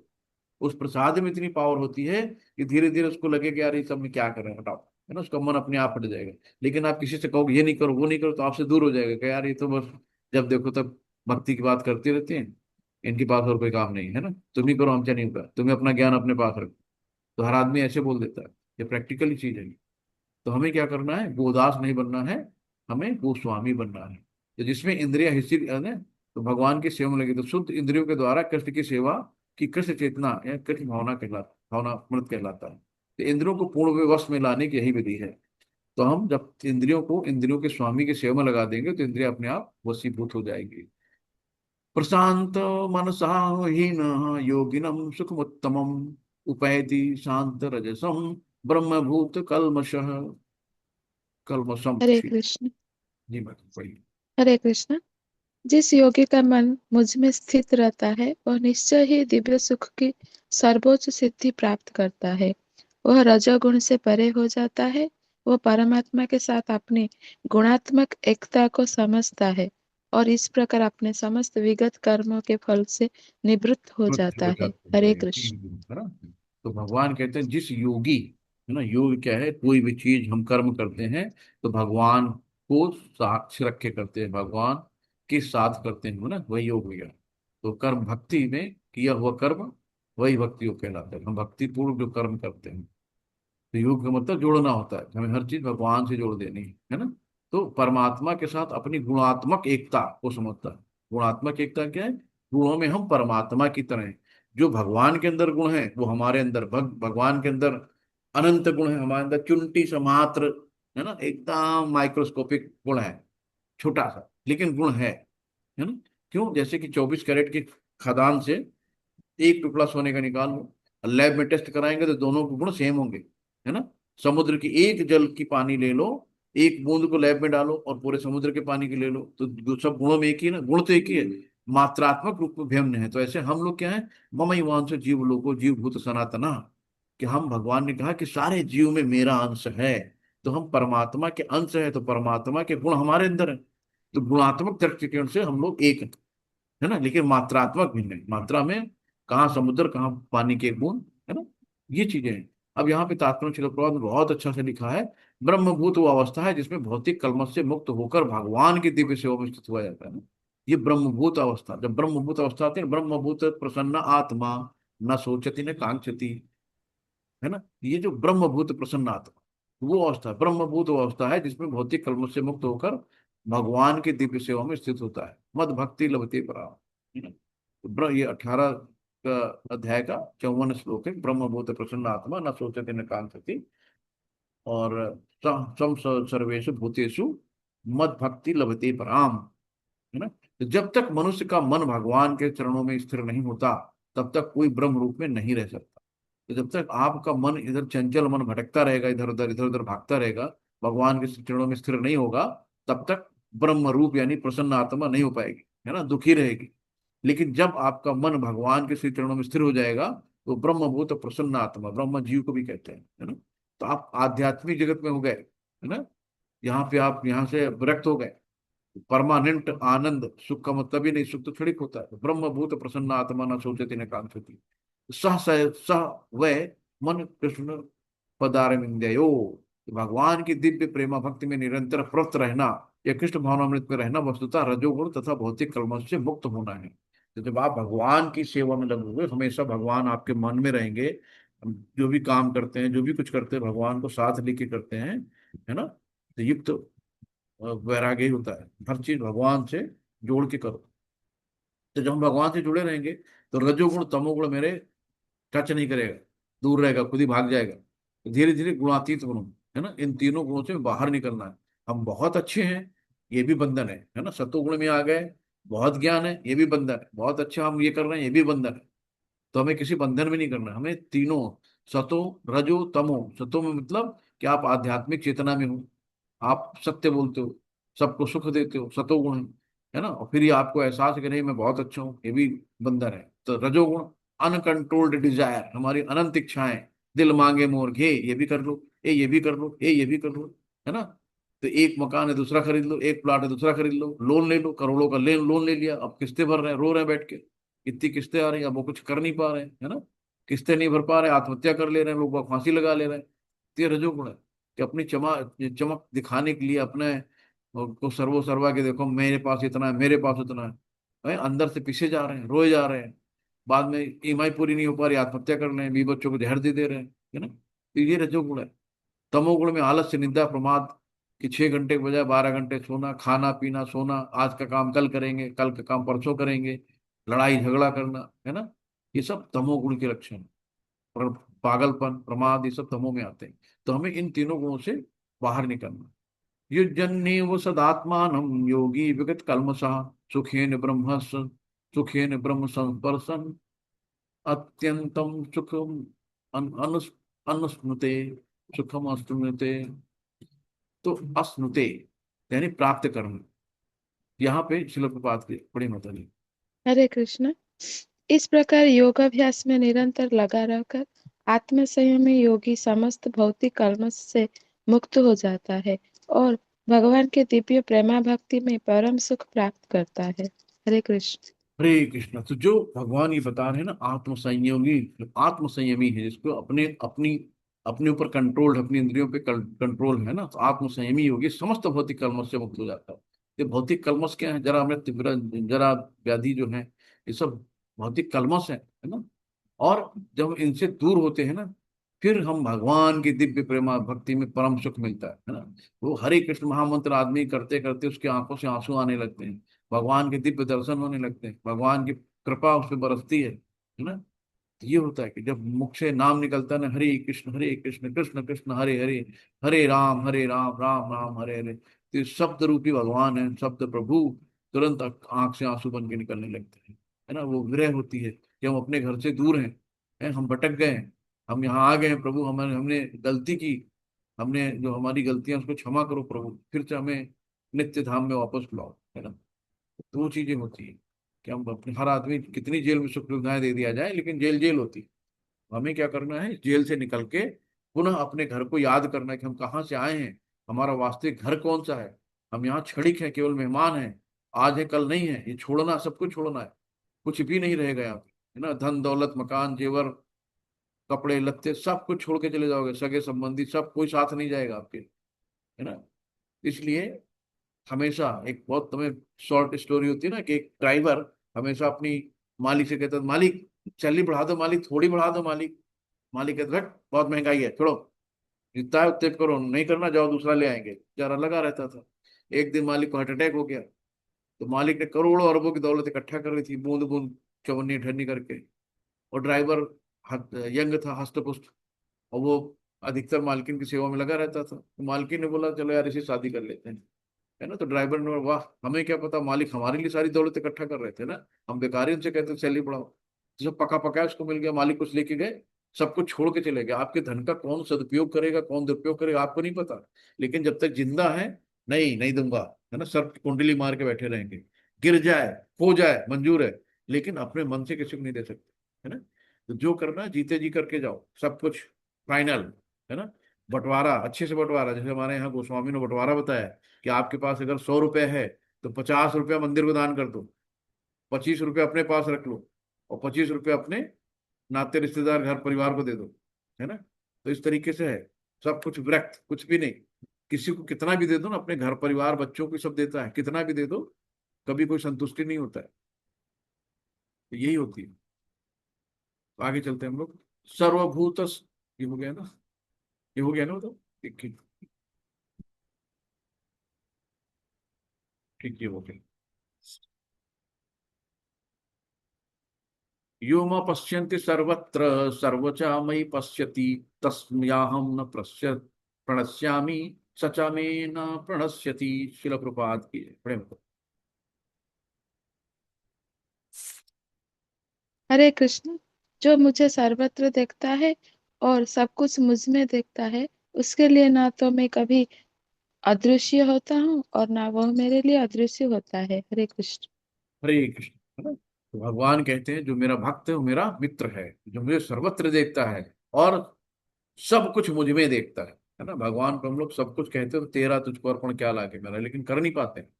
भगवान कहते हैं कि ना उसके लिए मैं कभी अदृश्य होता हूँ, ना मेरे लिए कभी होता है। तो ये है गिव एंड टेक का मामला, कि जैसी जैसी हमारी भावना भगवान के प्रति होती है, भगवान भी वैसे वैसे हमें फल देते हैं, है ना। कि हम भगवान के प्रति कितना भावना है हमारे अंदर, वैसे भगवान भी कहते हैं, ठीक है, यम यम वापी, जैसे जैसे तुम मुझे भजोगे और वैसे वैसे तुम्हारी श्रद्धा के अनुसार तुम्हें फल देता हूँ, है ना। बहुत अच्छा ब्रह्म संहिता में लिखा है, प्रेमान चुरिति भक्ति विलोचनेन सतः सदैव हृदयेषु विलोकयन्ति, यम श्याम सुंदरम अचित्य गुणस्वरूपम गोविंदमादि पुरुषम तमहम भजामि। मैं आदि भगवान गोविंद की पूजा करता हूँ, जिनका दर्शन भक्त गण प्रेम रूपी अंजन लगे नेत्रों से करते हैं ना, कि आपके नेत्र में प्रेम रूपी अंजन, वे भक्त के हृदय में स्थित श्याम सुंदर रूप में देखे जाते हैं। श्याम सुंदर द्विभुजी रूप होता है, भक्त हमेशा भगवान को द्विभुज श्याम सुंदर रूप में देखना चाहता है, कभी चतुर्भुज रूप में नहीं देखना चाहता, है ना। तो जैसे देवकी मैया के यहाँ जब भगवान का प्राकट हुआ तो चतुर्भुज रूप में आए, तो देवकी मैया ने प्रणाम किया, हम तो आपको बालक के रूप में देखना चाहते हैं, हम आपको इस रूप में कैसे देख पाएंगे, है ना। तभी तो यशोदा मैया ने बढ़िया, पूरा यशोदा मैया को पता था मेरा बेटा है ना, तो डंडी लेके दौड़ा लेते थे। अगर यशोदा मैया को पता चलता है भगवान है, क्या वो डंडी लेके दौड़ा पाती, है ना। वो माधुर्य प्यार, वो क्या नाम, वत्सल प्यार दे पाती, है ना। यही है। और देवकी जी को पता चल गया तो भगवान है, तो बेचारी वो अपने कन्हैया को उतना माँ का प्यार भी नहीं दे पाई, है ना, उस तरीके से रह नहीं पाई, क्योंकि जब आप जान जाओगे भगवान है, फिर आप क्या कर पाओगे उनके लिए। ये है, यशोदा मैया को पता था कि मेरा कान्हा है ना। उन्होंने अपना मुंह खोल के पूरा ब्रह्मांड भी दिखा दिया कि मैया मैंने मट्टी नहीं खायो, है ना, कहीं दिखाओ मुंह मिट्टी खाया कि नहीं खाया। तो ब्रह्मांड देखने के बाद बेहोश हो गई, तो भगवान ने पूरी उसमें स्मृत विस्मृत कर दी, भुला दिया सब कुछ। अगर उनको याद रहता फिर वो प्यार नहीं मिल पाता। तो सर्वभूत तम यो माँ भक्ति कव माँ स्थितः सर्वथा वर्तमानोपि सहयोगी मई वर्तते। शिल प्रपाद की जय। हरे कृष्ण। जो योगी मुझे तथा परमात्मा को अभिन्न जानते हुए परमात्मा की भक्ति पूर्वक सेवा करता है, वह हर प्रकार से मुझ में सदैव स्थित रहता है। हरे कृष्ण। ठीक है ना। तो भगवान कहते हैं ना, कण कण में स्थित, है ना, क्षीरोदक्षाई विष्णु के रूप में हर जीव के हृदय में भगवान बैठे हुए हैं, है ना। अब यहाँ पे कहते हैं जो योगी मुझे परमात्मा को अभिन्न जानते हुए परमात्मा की भक्ति पूर्वक सेवा करता है, वो हर प्रकार से मुझमें सदैव स्थित रहता है ना। परमात्मा क्या है, क्षीरोदक्षाई विष्णु के रूप में सभी के हृदय में वास कर रहे हैं, है ना। तो ये है जो योगी परमात्मा का ध्यान करता है, वो अंतःकरण में चतुर्भुज विष्णु का दर्शन करके पूर्ण शंख चक्र गदा तथा कमल पुष्प धारण किए करता है। और योगी को जानना चाहिए कि विष्णु कृष्ण से भिन्न नहीं है। परमात्मा रूप में कृष्ण जन जन के हृदय में स्थित है ना, क्षीरोदक्षाई विष्णु के रूप में। यही नहीं, असंख्य जीवों के हृदय में स्थित असंख्य आपका परमात्माओं में कोई अंतर नहीं है ना, भगवान का विस्तार है। और ना ही कृष्ण की दिव्य प्रेम भक्ति में निरंतर व्यस्त व्यक्ति पर परमात्मा के ध्यान में निरंतर एक पूर्ण योगी के बीच में कोई अंतर है। तो ये कृष्ण भावनामृत में योगी सदैव कृष्ण में स्थित रहता है, भले ही भौतिक जगत में विभिन्न कार्यों में व्यस्त क्यों न हो। और इसकी, ठीक है, कृष्ण भावनामृत में रत रहने वाला भगवत भक्त स्वतः मुक्त हो जाता है। यही सब चीजें बहुत अच्छी अच्छी दी है। देश काल से अतीत तथा सर्वव्यापी श्री कृष्ण के दिव्य रूप में ध्यान एकाग्र करने से मनुष्य कृष्ण के चिंतन में तन्मय हो जाता है और तब उसके दिव्य सानिध्य की सुखी अवस्था को प्राप्त होता है ना। और यहाँ पे बहुत अच्छा एक उदाहरण दिया है, एक एव परो विष्णु सर्वव्यापी न संशय ऐश्वर्याद स्वरूपमेकम च सूर्यवत बहुधेयता।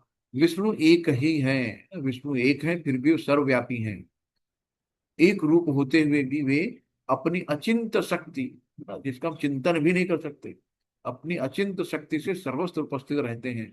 जिस प्रकार सूर्य एक है और एक ही समय अनेक स्थानों में दिखता है, हम कहीं से भी देखें ऑल ओवर वर्ल्ड में कहीं देखें ना, सूर्य ही सामने दिख रहा है ना, लेकिन वो तो एक ही है। इस तरीके से आत्म आत्ममौपम्येन सर्वत्र संपश्यति योर्जुन सुखम वा यदि वा दुखम स योगी परमो मतः। शिल प्रपाद की जय। हरे कृष्ण। हे अर्जुन, वह पूर्ण योगी है जो अपनी तुलना से समस्त प्राणियों की उनके सुखों तथा दुखों में वास्तविक समानता का दर्शन करता है। हरे कृष्ण। हरे कृष्ण। तो यहाँ पे भगवान कहते हैं ना पूर्ण योगी, पूर्ण योगी किसको कहा है, जो अनन्य भक्त है, भगवान का भक्त है, तो उसको कहते हैं पूर्ण योगी।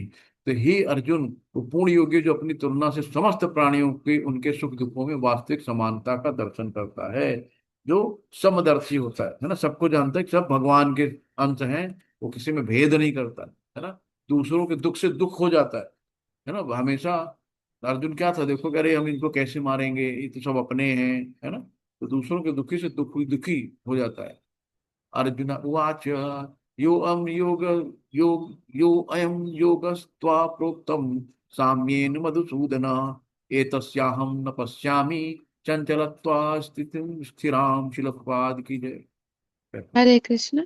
अर्जुन ने कहा, हे मधुसूदन, आपने जिस योग पद्धति का संक्षेप में वर्णन किया है वो मेरे लिए अव्यावहारिक तथा असहनीय है, क्योंकि मन चंचल तथा अस्थिर है। हरे हरे अर्जुन यहाँ कृष्ण। कह रहे हैं कि ये मन इतना चंचल अस्थिर है कि ये एक जगह टिकता ही नहीं है ना, ये बंदर की भांति इधर उधर इधर उधर भाग लगाया रहता है। तो हम जो आप बता रहे हो ठीक है, लेकिन कुछ समझ में आ रहा है, कुछ समझ में नहीं आ रहा। क्यों? क्योंकि 5,000 वर्ष अर्जुन को हमसे अधिक सुविधाएं प्राप्त थी, तो भी वो इस योग पद्धति को स्वीकार करने से मना कर रहा था, है ना। उस समय इतनी चीजें थी, आयु ज्यादा थी, है ना, और सब कुछ वातावरण अच्छा था, है ना, ये कलयुग वाला माहौल नहीं था। फिर भी अर्जुन उस चीज को स्वीकार नहीं कर पा रहा था। हम लोग तो बहुत मतलब गिरे उसमें आ गए, आयु भी कम है, बुद्धि भी कम है, याददाश्त भी कम है। पहले के लोग केवल सुन के पूरा याद कर लेते थे, उनको लिखने की जरूरत नहीं पड़ती थी, है ना। कलयुग में ही जरूरत पड़ी कि अल्पमति अल्प बुद्धि है हमारी, हमें एक बार में क्या, प्रभुपाद जी ने कहा कम से कम 6 बार पढ़ोगे तो समझ में आएगा, है ना। इसलिए वो लिख के गए, पहले लिखने की जरूरत नहीं थी, लेकिन लिखा इसीलिए गया कि कलयुग लोगों को याद वाद रहेगा नहीं, तो लिख दो भैया, तो आज नहीं तो कल परसों जब मिलेगा मौका पढ़ लेंगे, कुछ तो ज्ञान आएगा। यदि 5,000 वर्ष पूर्व ऐसा ना था तो आधुनिक समय के लिए क्या कहना। जो लोग विभिन्न तथाकथित स्कूलों तथा समितियों के द्वारा योग पद्धति का अनुकरण कर रहे हैं, भले ही संतोषजनक प्रतीत हो, किंतु वे समुचित ही अपना समय गंवा रहे हैं, है ना। 21 जून योगा डे, फलाना डे, है ना, हर आदमी कहीं ना कहीं, इससे क्या हो रहा है, क्या आप तो रोज उसको कर पाते हो? एक दिन आपने बढ़िया टी शर्ट पहन ली योगा वाली और चले गए, फोटो वोटो खिंचा के डाल दी, हो गया, है ना? तो यही बता रहे हैं कि जो काम करो नियम से करो, नियमित। चंचल है मन कृष्णा प्रमादिबल दृढ़तम, तस्याहम निग्रह मनवे वायोरी स दुष्करम। अब यहाँ पे अर्जुन भगवान से कह रहे हैं कि हे भगवान, हे कृष्ण, श्री कृष्ण, शिल प्रपात की पढ़ी माता। हरे कृष्ण। हे कृष्ण, चूंकि मन चंचल, अस्थिर, उच्छृंखल, हठीला तथा अत्यंत बलवान है, अतः मुझे इसे वश में करना वायु को वश में करने से भी अधिक कठिन लगता है। हरे कृष्ण। अरे कृष्ण, अब यही सबकी है व्यवस्था कि भगवान जब अर्जुन मन को वश में नहीं कर पाए, जो वायु को अपने वश में कर लेते थे ना, वायु को मतलब हवा को किसको वश में कर सकता है ना, है ना? तो जिसके अंदर इतनी पावर थी, शक्ति थी कि हवा को वश में कर ली, वो अपने मन को वश में नहीं कर पाता, तो हम लोग कहाँ के हैं भाई? हम लोग तो कुछ है ही नहीं, कैसे कर पाएंगे, है ना? तो भगवान आगे इसका उत्तर दे रहे हैं कि कैसे मन को वश में करना है। श्री भगवान उवाच असंशय महाबाहो मनो दुर्निग्रहं चलम अभ्यासे तो कौन्तेय वैराग्येण च गृहत। चलो प्रभात की जय। बढ़िया। हरे कृष्ण। भगवान श्री कृष्ण ने कहा, हे महाभाव कुंती पुत्र, निस्संदेह चंचल मन को बस में करना अत्यंत कठिन है, किंतु उपयुक्त अभ्यास द्वारा तथा विरक्ति द्वारा ऐसा संभव है। तो हरे भगवान कृष्ण। ने क्या बताया कि उपयुक्त अभ्यास, है ना, तथा विरक्ति द्वारा ऐसा संभव है। तो उपयुक्त अभ्यास क्या है? कि हमेशा निरंतर हमें भगवान को याद करना है ना? हरे कृष्ण कृष्ण कृष्ण हरे हरे, हरे राम राम राम हरे हरे। तो जब हम भगवान को, ये शब्द रूपी जो प्रभु हैं, भगवान है, इनको हम हमेशा याद करते रहेंगे, यही अभ्यास है। और धीरे धीरे डिटैच होंगे। डिटैच होना है, आज नहीं तो कल आप परिवार को छोड़ दोगे, बीवी बच्चे सब आपसे छूटेंगे। कोई परमानेंट आपके साथ नहीं जाएगा कि अरे ये मेरी मम्मी बहुत प्रिय हैं और मम्मी के बिना हम कैसे रहेंगे, या मेरा बच्चा बहुत प्रिय है ना। सगी माँ से बेटे से ज्यादा प्रिय कोई नहीं होता। लेकिन जवान बेटा 24-25 साल का, जिसको पाल पोस के माँ ने बड़ा किया, क्या माँ उसके साथ चली जाती है ना? 15-20 दिन, महीने भर दुखी रहेगी भाई। सब कोई 10 दिन दुखी रहता है, कोई 20 दिन, माँ भाई महीना 2-4 महीने ज्यादा दुखी रहेगी, है ना? कभी साल साल भर याद आएगी, रो देगी, लेकिन कोई साथ नहीं जाता है ना? तो यही है विरक्त, डिटैच, आज नहीं तो कल जाना है। क्योंकि अगर हम यहाँ पे मान लेंगे हम ट्रस्टी हैं, मालिक नहीं है, आज बच्चा है, भगवान ने हमें दिया है ना, भगवान की चीज है, भगवान जब चाहेगा ले लेगा, है ना? हमें ऐसे सोचना है कि जिसका है, हमारा नहीं कुछ, सब भगवान का है। तो भगवान आज दे रहा है तो कल ले भी सकता है, तो इसमें हमें दुख होने को नहीं, हमारा तो कुछ है ही नहीं ना। तो जिसका था उसने ले लिया, तो हमें दुखी होने की जरूरत ही नहीं है। तो यही होता है कि हम बहुत ज्यादा अटैच होते हैं चीजों में। हम अगर ये सोच लें कि भाई हमें एक ड्यूटी है हमारी, हमें काम करना है ना, हम अपना पूरा काम करते हैं, बच्चों की जिम्मेदारी पूरी निभाते हैं, परिवार की जिम्मेदारी निभाते हैं, जो आपके अंदर आपको सेवा दी गई, उस सेवा में आप पीछे नहीं हटना। आपको अपनी सेवा पूरी करनी है, लेकिन डिटैच रह के, आसक्ति नहीं। क्योंकि आप तो शक्ति है लेकिन जा नहीं सकती आसक्ति, तो जाएगी कैसे? भगवान का नाम लेने से। असम असम असयन्तात्मना योगो दुष्प्राप इति मे मतिः, वश्यात्मना तु यात्वा यत्ता शक्यो वाप्तुमुपायतः। शिल प्रभात की जय। हरे कृष्ण। जिसका मन उच्छृंखल है उसके लिए आत्म साक्षात्कार कठिन कार्य होता है, किंतु जिसका मन संयमित और जो समुचित उपाय करता है उसकी सफलता ध्रुव है, ऐसा मेरा मत है। हरे भगवान कह कृष्ण। रहे हैं कि जिसका मत उच्छृंखल है, यानी हठी है, जिद्दी है ना, कुछ भी करो नहीं नहीं नहीं, है ना, कुछ बहुत जिद में रहता है, विनम्र नहीं रहता, उसके लिए बहुत कठिन होता है आत्म साक्षात्कार। वो एक्सेप्ट ही नहीं कर पाता जल्दी चीजों। किंतु जिसका मन संयमित है और जो समुचित उपाय करता है ना, जो संयमित है, जिसका मन अपने कंट्रोल में, अपने वश में है, उसकी सफलता ध्रुव है ना, अटल है। ऐसा भगवान कहते हैं, मेरा मत है। अयति श्रद्धयोपेता योगाचीलिते मानसः, अप्राय योग संसिद्धिम काम गतिम कृष्ण गच्छति। शिल प्रपात की जय। हरे कृष्ण। अर्जुन ने कहा, हे कृष्ण, उस असफल योगी की गति क्या है जो प्रारंभ में श्रद्धा पूर्वक आत्म साक्षात्कार की विधि ग्रहण करता है, किंतु बाद में भौतिकता के कारण उससे विचलित हो जाता है और योग सिद्धि को प्राप्त नहीं कर पाता। हरे कृष्ण। तो अर्जुन यहाँ से देखो सबके क्वेश्चन पूछ रहे हैं ना। कभी कभी हम लोग भक्ति में बहुत अच्छी स्पीड में आते हैं और फिर भक्ति से बाहर हो जाते हैं, है ना। यही कहते हैं असफल योगी वही है कि पहले भक्ति में तो बहुत आए, है ना। एक बार प्रभुपाद जी के पास एक उनका शिष्य था, विदेशी शिष्य था। वो बढ़िया वैष्णव ड्रेस में आ गया। पहले वो शराब दारू लड़की नशा सभी करता था, ड्रग वग लेता था। बाद में जब भक्ति में आया बहुत अच्छा हो गया, अच्छे से भजन कीर्तन करने लगा। बीच में फिर उसकी पुरानी गर्लफ्रेंड और पुराने मित्र यार मिल गए, फिर उसको खींच ले गए, है ना। फिर वो जाके जीन्स और टी शर्ट में घूमने लगा, फिर से वही सब काम करने लगा। लेकिन उसके अंदर बीज तो पड़ चुका था ना कृष्ण का, है ना। उसके अंदर भक्ति का बीज पड़ चुका था और प्रभुपाद जैसे शुद्ध भक्त का सानिध्य मिल चुका था। तो कुछ महीनों बाद फिर वो अपनी वहां से भटकी हुई जिंदगी से वापस आया। प्रभुपाद जी का प्रवचन चल रहा था, तो वहां बोला मुझे मिलना है प्रभुपाद जी से। तो उनके शिष्य ने कहा आप ये मिल नहीं सकते, मीटिंग में बैठे हैं। तो कहा कि आप उनसे केवल बोल दो जाके कि तुम्हारा बेटा आया हुआ है, भटका हुआ भूला हुआ। तो उन्होंने कहा, प्रभुपाद जी ने तुरंत बुलाया कि संत महात्मा बहुत सरल होते हैं। वो तुरंत बुलाया, वो आके प्रभुपाद जी के जाके मैला कुचैला जीन्स टी शर्ट पहने था, बाल बड़े बड़े करके जाके प्रभुपाद जी की गोदी में लेट गया और रोने लगा बहुत जोर जोर से कि मुझे गलती हो गई, मैं भटक गया था और फिर से उसी दुनिया में चला गया। प्रभुपाद जी ने उसे एक शब्द कुछ भी नहीं बोला, कहा कोई बात नहीं, सिर पे हाथ फेरा कि जाओ अच्छा इसको नहलाओ धुलाओ और इसके बाल वाल सब सही करो और कुछ इसको प्रसादम प्रसादम खिलाओ, जाओ कोई बात नहीं। ये नहीं कि तुम क्यों चले गए, कहाँ चले गए, ये क्या क्या वो क्या, कोई मतलब नहीं। तो भक्त इतना सरल होता है ना। तो वही कहते हैं कि असफल योगी की असफल हुआ लेकिन फिर लौट के आया तो योग सिद्ध। तो ये आगे फिर इसको बताएंगे। कंचनो भय विभ्रस्ट कंचित न उभय विभ्रष्टम छिन्न अभ्रत एव नश्यति अप्रतिष्ठो महाबाहो विमूढ़ो ब्राह्मण पथि। शिल प्रपाद की जय। हरे कृष्ण।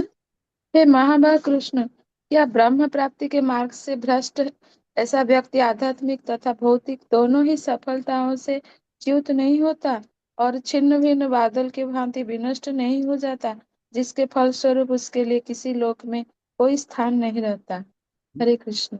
असफल योगी के बारे में फिर दूसरा क्वेश्चन ये कर दिया कि फिर वही कि ब्रह्म प्राप्ति से अगर भ्रष्ट हो गया, है ना, तो क्या वो इस लोक या किसी लोक में उसको स्थान मिलता है, छिन्न भिन्न तो नहीं हो जाता है ना।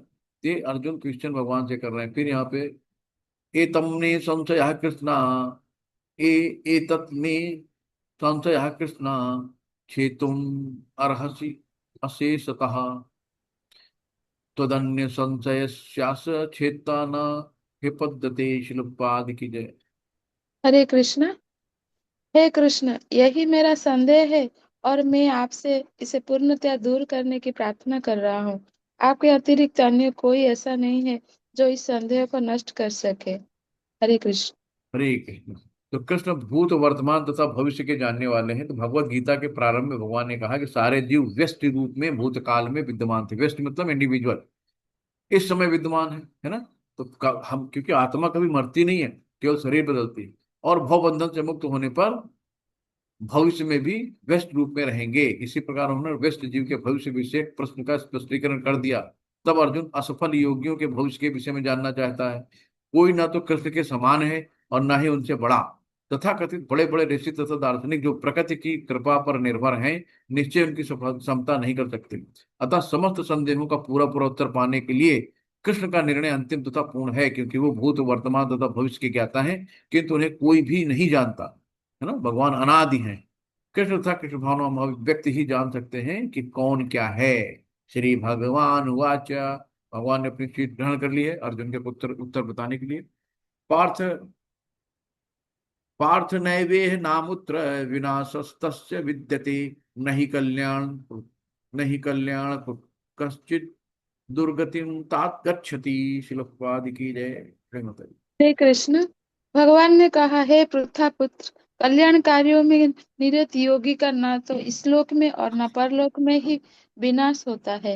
हे मित्र, भलाई करने वाला कभी बुराई से पराजित नहीं होता। नहीं होता हरे कृष्ण। है ना। सत्यमेव जयते, सत्य की हमेशा जीत होती है। तो भलाई करने वाला कभी बुराई से पराजित नहीं होता। तो जो अच्छे कर्म करने वाले मनुष्य है ना, उनकी कभी दुर्गति नहीं होती। कहावत है ना कि दुर्गत तात न गच्छति। जो भगवान की शरण में उसकी कभी दुर्गति नहीं होती है ना। त्यक्त्या स्वधर्म चरणाम मुझ हरे भजन पलेथ पते ततो यदि यत्क्वात् भद्रम बुद्धमुष्य किम को वार्थ आप तो भजताम स्वधर्मतः। यदि कोई समस्त भौतिक आशाओं को त्याग कर भगवान के शरण में जाता है तो इससे ना तो कोई क्षति होती है और ना पतन। दूसरी ओर अभक्त जन अपने अपने व्यवसाय में लगे रहते हैं फिर भी वे कुछ प्राप्त नहीं कर पाते, है ना। टाइम ही नहीं रहता सबको, तो भगवान के लिए टाइम नहीं है। सबके लिए टाइम हो जाएगा लेकिन भगवान के लिए टाइम नहीं है ना। तो जो दिव्य कार्यों को ठीक से नहीं कर पाते उसे फल भोगना ही होता है। तो यहाँ पे और आगे हम लोग चलते हैं कि 3 वर्गों में विभाजित किया जाता है। भक्ति भौतिक संपन्नता का उपभोग करने वाले शास्त्रीय विधि विधानों के अनुयायी और इस संसार से मुक्ति पाने के लिए प्रयत्नशील लोग तथा कृष्ण भावनामय भक्त। हम लोगों ने कहा था ना कि 3 तरह के हम भगवान को देख सकते हैं, एक परमात्मा और एक होता है ब्रह्म स्वरूप, परमात्मा स्वरूप और भगवान स्वरूप। तो भक्त हमेशा भगवान स्वरूप में देखना चाहता है। ब्रह्म स्वरूप में लोग ब्रह्म ज्योति तक जाते हैं जो निराकार परम ब्रह्म की उपासना करते हैं। और परमात्मा जो शास्त्रों का अध्ययन करके भगवान को अपने हृदय में परमात्मा स्वरूप देखना चाहते हैं। ये 3 तरह के होते हैं। प्राप्त पुण्य कृताम लोकान अनुष्ठित्वा शाश्वती समाह शुचि नाम श्रीमत आगे हे योग भ्रष्टो विजायते। शिल प्रपाद की जय। हरे कृष्ण। असफल योगी पवित्र आत्माओं को के लोकों में अनेकानेक वर्षों तक भोग करने के बाद या तो सदाचारी पुरुषों के परिवार में या कि धनवानों के कुल में जन्म लेता है। हरे कृष्ण। हरे कृष्णा। तो आप सोचो कि अपना जन्म कहाँ होना है ना। आध्यात्मिक दुनिया ऐसी है कि जहाँ किसी चीज का क्षय नहीं होता, शाश्वत है ना, हमेशा रहती है। तो जो भक्ति आज आप कर रहे हो और सडन आनसेट कहीं हार्ट अटैक हो गया, एक्सीडेंट हो गया, निकल लिए, तो अगला जन्म फिर भगवान मौका देंगे, मनुष्य का ही देंगे। साफ साफ भगवान यहाँ लिख रहे हैं, है ना, कि असफल हो गए किन्हीं कारणवश, असफल हो गए, कुछ भी हो गया, तो फिर भगवान क्या कहते हैं कि या तो सदाचारी पुरुषों के परिवार में जन्म लेगा, है ना, जहाँ सदाचार निरंतर भगवान की भक्ति पूजा होती है, या फिर टाटा बिरला अंबानी के यहाँ घर लेगा। तो सोचो कितना अच्छा मौका है। तो भक्ति में क्या हमारे कोई भक्ति में प्रॉब्लम है, कोई हमारा भक्ति में कोई घाटा है ना। अगर आप व्यवसाय में सोच लो भैया घाटा मुनाफा है क्या, भक्ति करने से क्या मिलेगा, तो ये मिलेगा भक्ति करने से। भगवान स्वयं बता रहे हैं कि असफल योगी पवित्रात्माओं के लोकों में अनेकानेक तक, वो अनेकानेक वर्षों तक भोग करने के बाद, है ना, आपने बहुत अच्छे पुण्य कर्म करे, सब कुछ करे हैं, तो आपको स्वर्ग में सुख मिलेगा जहाँ पवित्र आत्माएं रहती हैं, जहाँ सब जो देवी देवता रहते हैं, उस देवी देवता कुल में आपको वहां पे सब कुछ सारा एंजॉय देवी देवताओं की तरह मिलेगा, है ना, सुख भोगेंगे। और फिर क्या होगा, जब आपके पुण्य कर्म क्षीण होते हैं, है ना, फिर आपकी आध्यात्मिक दुनिया पूर्ण करने के लिए भगवान फिर से आपको एक मौका देते हैं। तो कहाँ मौका देते हैं, या तो शुद्ध वैष्णव के घर में जन्म होगा। आप देखते होंगे आरती में मंगलाचरण सुबह आरती आती है ना, एक छोटा सा 3 महीने 3 साल का बच्चा है ना, जगन्नाथ नाम उसका। तो अब गाने लगा नरसिंह आरती, तुलसी आरती, क्योंकि मम्मी उनकी मम्मी पापा वहीं रहते हैं। अब सुबह 3 बजे उठते हैं, बच्चे को नहला दिलवा के टीका लगा के मंदिर में ले आते हैं ना। तो बचपन से ही पैदाइश उसको भक्ति मिल गई, यानी कि उसने जहां से छोड़ा था वहीं से उसको भक्ति मिल गई। अब वो जब बड़ा होगा तो कितना, मतलब क्या क्या उसके अंदर गुण आ जाएंगे, कितना वो आगे भक्ति में निकल जाएगा, है ना। तो ये है कि आप भक्ति में कभी आपको निराश नहीं होना। भक्ति में अभी आपको कभी ये नहीं कि यार कि हमने इतना समय बर्बाद कर दिया, है ना। आप टीवी देखने में और है करने में, रील देखने में आपको समय बहुत अच्छा था, सोने में समय अच्छा लगता है, लेकिन भगवान के भक्ति में 1 घंटे समय, आह नहीं भैया, सब बिगड़ जाएगा, सब खत्म हो जाएगा। 1 घंटा दे देंगे तो हमारे पास समय कहाँ, यही तो समय है केवल जो भगवान के लिए समय देना, बस वही समय सब जो सबसे इंपॉर्टेंट हो जाता है। अगर ये समय हमने भगवान को दे दिया तो हमारा सब कुछ खत्म हो जाएगा, है ना।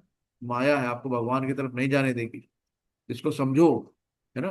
तो हमने बताया था काम करता, है ना, फील्ड ऑब्जेक्ट डूअर और एंडीवर और ग्रेस ऑफ गॉड, ये सब कुछ आपके पास उपस्थित है। फील्ड है, काम करने वाला है, सारे काम करने के जो आपकी चेष्टाएं हैं, मतलब जो भी रॉ मटेरियल है, सब कुछ है ना। लेकिन अगर भगवान का आशीर्वाद नहीं हुआ सब बेकार, कुछ भी कर लो सब बेकार। यही भगवान यहाँ कह रहे हैं कि असफल योगी के बारे में बताया, या तो धनवानों के यहाँ जन्म लेगा या फिर सदाचारी या वैष्णव के यहाँ जन्म लेगा। श्लोक प्रपाद की जय। अथवा अथवा योगी नामे ना कुले भवति धीमताम एतत् दुर्लभर्तम लोके जन्म यदि यदि दृश्यम। तो गीता पढ़ने से पता चलता है ना कि हमारा जन्म कहाँ होने वाला है, कैसे जन्म होगा, है ना। अगला जन्म मनुष्य का मिलेगा, कुत्ते बिल्ली का मिलेगा। तो इसीलिए कहते हैं पढ़ो, ध्यान से पढ़ो। पढ़े माता जी, हरे कृष्ण। हरे कृष्ण। अथवा यदि दीर्घ काल तक योग करने के बाद असफल रहे तो वो ऐसे योगियों के कुल में जन्म लेता है जो अति बुद्धिमान है। निश्चय ही इस संसार में ऐसा जन्म दुर्लभ है। हरे हरे कृष्ण। कृष्ण हरे कृष्ण। है ना। तो विशेषतः आचार्यों गोस्वामियों के कुल में ऐसी परिस्थिति, ऐसे कुल अत्यंत विद्वान होते हैं और परंपरागत तथा प्रशिक्षण के कारण श्रद्धावान है। इस प्रकार वो गुरु बनते हैं। है ना। जो पवित्र आत्माएं होती, जो मुक्त आत्माएं होती हैं, जो दीर्घ काल तक योग, मतलब चरम, मतलब उन्होंने समझ लो टॉप कर लिया पढ़ाई में, लेकिन थोड़ा एग्जाम नहीं दे पाए। तो ऐसे लोगों के यहाँ जन्म मिलता है, जैसे में गोस्वामी हैं, है ना, परिव्राजकाचार्य हैं, जो गुरु हैं, जो मुक्त आत्माएं जिनको हम लोग कहते हैं ना, कि भगवान के जो रिप्रेजेंटेटिव बनते हैं।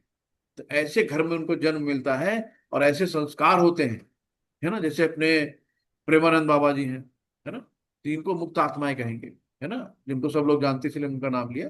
कि ऐसे लोगों के कि घर में जन्म तो लिया, लेकिन 13-14 साल की उम्र में बाहर निकल गए, बनारस चले गए, है ना। ऐसे ये है कि मतलब दीर्घकालीन तक इन्होंने पिछले जन्म में योग किया होगा, और लेकिन असफल रहे, तो इनको ऐसे ही मिल गया, है ना। ऐसे माँ बाप मिले, उन्होंने इजाजत भी दे दी कि जाओ बेटा जाओ, करो जाके, है ना। ये है।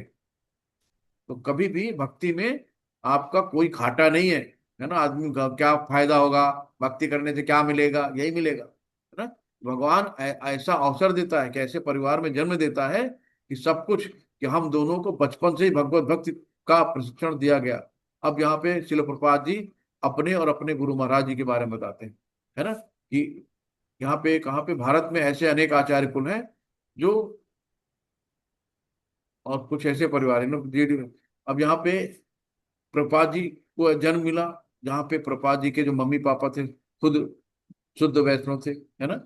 वहीं पे बचपन से प्रभुपाद जी जब कक्षा मतलब 5 में होंगे या 5 साल के होंगे, तभी से जगन्नाथ यात्रा की अपनी गाड़ी बनाते थे, खुद करते थे, अपने बच्चों को अपने साथ, जो उनके मित्र सखा थे उनके साथ रथ यात्रा निकालते थे, है ना। तो बचपन से ही उनके संस्कार हुए, मम्मी पापा उनके शुद्ध वैष्णव थे। ऐसे कुल में उनको जन्म मिला जो उनकी भक्ति आगे बढ़ सकी, है ना। और और उन्होंने बताया कि सचमुच अत्यंत सौभाग्य की बात है कि सौभाग्यवश हमारे गुरु विष्णुपाद श्री भक्ति सिद्धांत सरस्वती गोस्वामी जी महाराज को तथा स्वयं हमें भी ऐसे परिवार में जन्म लेने का अवसर प्राप्त हुआ। हम दोनों को बचपन से ही भगवत भक्ति करने का प्रशिक्षण दिया गया। बाद में दिव्य अवस्था के अनुसार हमारी उनसे भेंट हुई, है ना। ये सब कुछ प्लान है, भगवान की लीलाएं हैं। इनको ऐसे गुरु मिले, जैसे गुरु ने देखा भक्त को पहचान लिया तुरंत, और अपने गुरु से 2 ही बार मिले प्रभुपाद जी, है ना। बहुत ज्यादा यानी कि चलो गुरु की सेवा में लगे रहे। तत्र तम बुद्धि संयोगम लभेत पौर्व देहिकम यत्तते चा ततो भूयम संसिद्ध्यो कुरु नंदनम। शिल प्रभुपाद की जय। हरे कृष्ण। हे गुरुनंदन, ऐसा जन्म पाकर वह अपने पूर्व जन्म की दैवी चेतना को पुनः प्राप्त करता है और पूर्ण सफलता प्राप्त करने के उद्देश्य से वो आगे उन्नति करने का प्रयास करता है। हरे कृष्ण। ठीक है। तो हमने जड़ भरत की कहानी सुनाई थी, हिरण हिरण वाली कहानी सुनाई थी ना? हिरण के प्रति आसक्ति हो गई थी, अगला जन्म उनको हिरण मिला। तो वही राजा भरत की कहानी है, बता रहे हैं कि राजा भरत इसे तीसरे जन्म में उत्तम ब्राह्मण कुल में जन्म मिला और पूर्व दिव्य चेतना की पुनः प्राप्ति के लिए उत्तम जन्म के उदाहरण स्वरूप है ना। तो 3 जन्म लेने पड़े, है ना। अगर वो हिरण में अपनी आसक्ति नहीं रखते तो शायद उसी जन्म में सफल हो जाते, लेकिन आखिरी मरते समय उनको लगा यार हिरण के बच्चे शेर तो नहीं खा जाएगा, क्या होगा उसका, अगला जन्म उनको हिरण का मिल गया, है ना। इसी तरीके से कि हमें अपने इंद्रियों को, अपने मन को भगवान किस में लगाना है। राजा रघुगुण ने, अब जब ये जड़ भरत की कहानी दी गई है पूरी, पढ़ देते हैं कि राजा भरत जिन्हें तीसरे जन्म में उत्तम ब्राह्मण कुल में जन्म मिला, पूर्व दिव्य चेतना की पुनः प्राप्ति के लिए उत्तम जन्म के उदाहरण स्वरूप है। भारत विश्व भर में सम्राट थे ना, राजा भरत जो थे, और तभी से ये लोक देवताओं के बीच भारतवर्ष के नाम से विख्यात। पहले ये इलाव्रत वर्ष के नाम से ज्ञात हुआ। भारत ने अल्पायु में भी आध्यात्मिक सिद्धि के लिए संन्यास ग्रहण कर लिया था, किंतु वे सफल नहीं हो पाए। अगले जन्म में उन्हें उत्तम ब्राह्मण कुल में जन्म लेना पड़ा।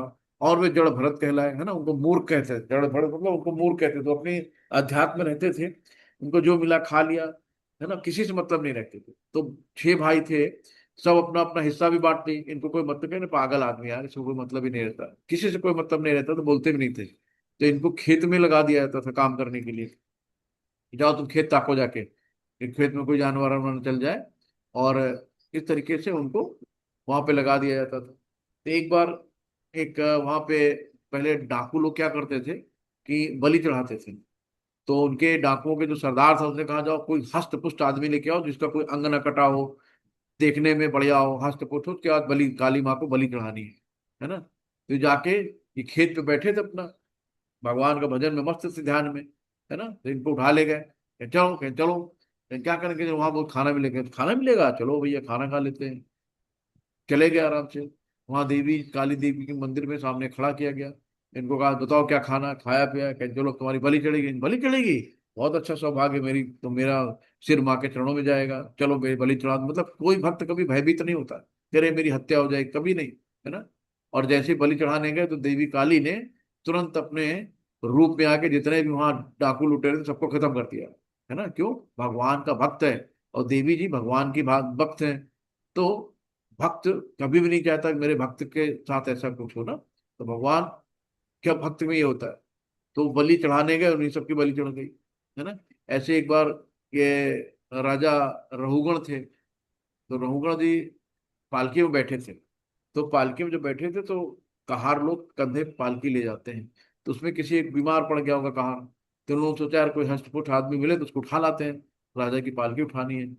ये फिर मिल गए उनको बैठे बैठाए, ये चल दिए, कहीं पालकी, हाँ चलो पालकी उठाएंगे भाई। अब चलने लगे तो नीचे देख के चलते थे, कहीं कोई चींटी ना मर जाए, कहीं कोई कीड़ो ना मर जाए। जब आदमी देख देख के चलेगा तो उछल उछल के चलेगा। तो राजा बहुत नाराज है, कौन है ये, सीधे नहीं चल रहा, इतना हिल डुल रहा है। तब राजा नीचे उतर के गुस्सा कर रहा था। तब ये फिर आते बाद में राजा रघुगण ने इनके महात्म योगी के रूप में पाया। तब फिर इन्होंने इनको ज्ञान दिया कि तुम किस बात का घमंड कर रहे हो राजा, तुम आज राजा हो, है ना, कल के अच्छे कर्मों की वजह से। अब तुम्हारे कर्म अच्छे होंगे तो आगे क्या होगा तुम्हारा। तो उनको बताया कि आत्मा परमात्मा का ज्ञान दिया, है ना, जो सांख्य योग में आता है। तो विश्लेषणात्मक अध्ययन आत्मा का राजा को बताया, तो राजा तुरंत दंडवत हो गया, अरे, है ना, फिर गुरु बना लिया राजा ने उनको। तो यही है। तो भगवत कृपा से योगी को कृष्ण भावनामृत से पूर्ण सिद्धि प्राप्त करने के बराबर सुयोग प्राप्त होते हैं। इस तरीके से जो चीजें हैं, है ना, ये सब प्रमाणित हैं। पूर्वाभासेन तैने वाहिसे त्रिवसो अपि सह जिज्ञासुरपि योगस्य शब्द ब्रह्म तिवर्तते। श्रील प्रभुपाद की जय। प्रेम माता। हरे कृष्ण। अपने पूर्व जन्म की दैवी चेतना से वह न चाहते हुए भी स्वतः योग के नियमों की ओर आकर्षित होता है। ऐसा जिज्ञासु योगी शास्त्रों के अनुष्ठानों से परे स्थित होता है। हरे कृष्ण। हरे कृष्णा। है ना, तो जो अपने पूर्व जन्मों की दैवी चेतना के से वो ना चाहते हुए उधर आकृष्ट हो जाएगा ना, कहीं भगवान के कीर्तन भजन होगा तो उसको अच्छा लगेगा, है ना। बचपन से ही देखो ना, बच्चे हाथ छुड़ा के हाथ जोड़ने चले जाते हैं, है ना, मंदिर में देखते हैं तुरंत खुश हो जाते हैं। और कुछ को नहीं पसंद होता है। तो उनके पूर्व जन्म की देवी चेतना है ना। यहाँ पे यही कहा गया है कि हे भगवान, जो लोग आपके पवित्र नाम का जप करते हैं, वे चंडालों के परिवार में भी जन्म लेकर भी आध्यात्मिक जीवन में अत्यधिक प्रगति होते हैं ना। भले ही चंडाल जहाँ कुत्ते का मांस खाते हैं, वहां भी उसको भक्ति मिल जाती है। तो ऐसे जप करता निसंदेह सभी प्रकार के तप और यज्ञ कर चुके होते हैं, तीर्थ स्थानों में स्नान कर चुके होते हैं, और समस्त शास्त्रों का अध्ययन कर चुके होते हैं, है ना।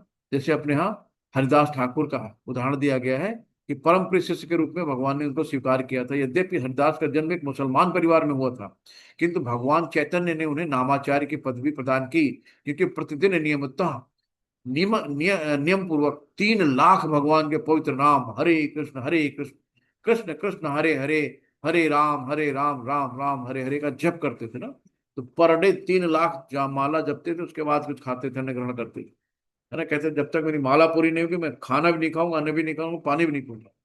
ये था। और मुसलमान के यहाँ पैदा हुए थे, है ना। तो ऐसे है ना कि पिछले जन्म में इनकी जो भक्ति थी वो क्षीण नहीं हुई। ये है। तो ये समझा जाए कि पूर्व जन्म में उन्होंने शब्द ब्रह्म नामक वेद वर्णित कर्म कांडों को पूरा किया होगा। अतएव जब कोई पवित्र नहीं होता। जब तक कोई पवित्र नहीं होता तब तक कृष्ण भावनामृत के नियम को ग्रहण नहीं करता, या भगवान के पवित्र नाम हरे कृष्ण का जप नहीं कर सकता।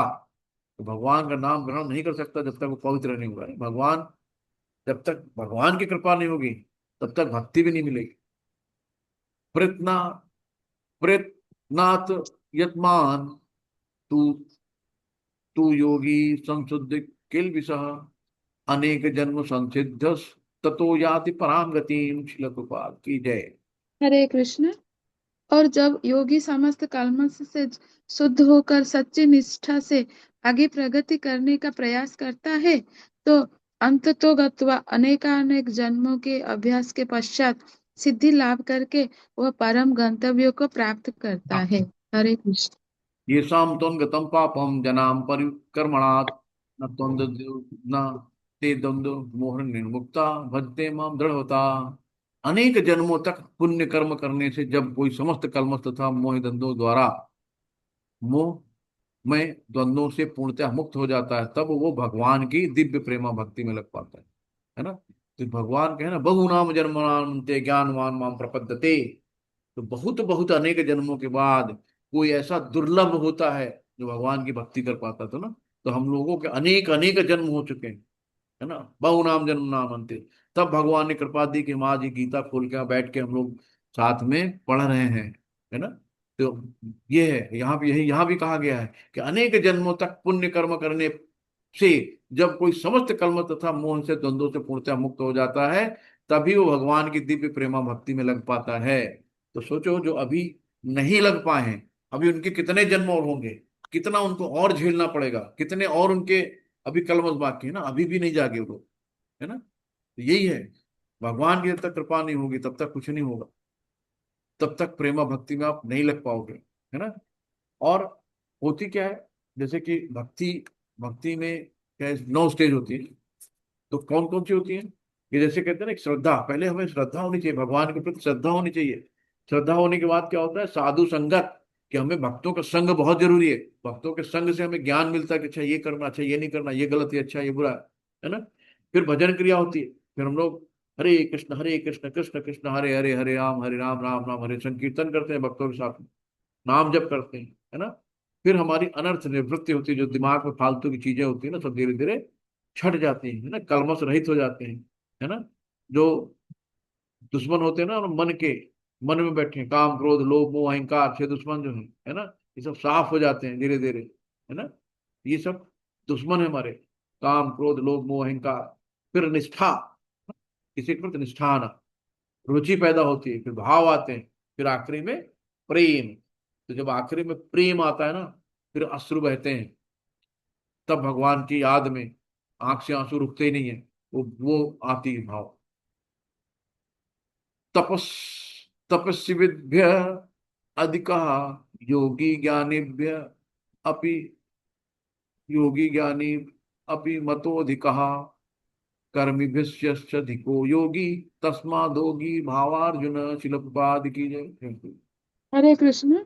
योगी पुरुष तपस्वी से, ज्ञानी से तथा सकाम कर्मी से बढ़कर होता है।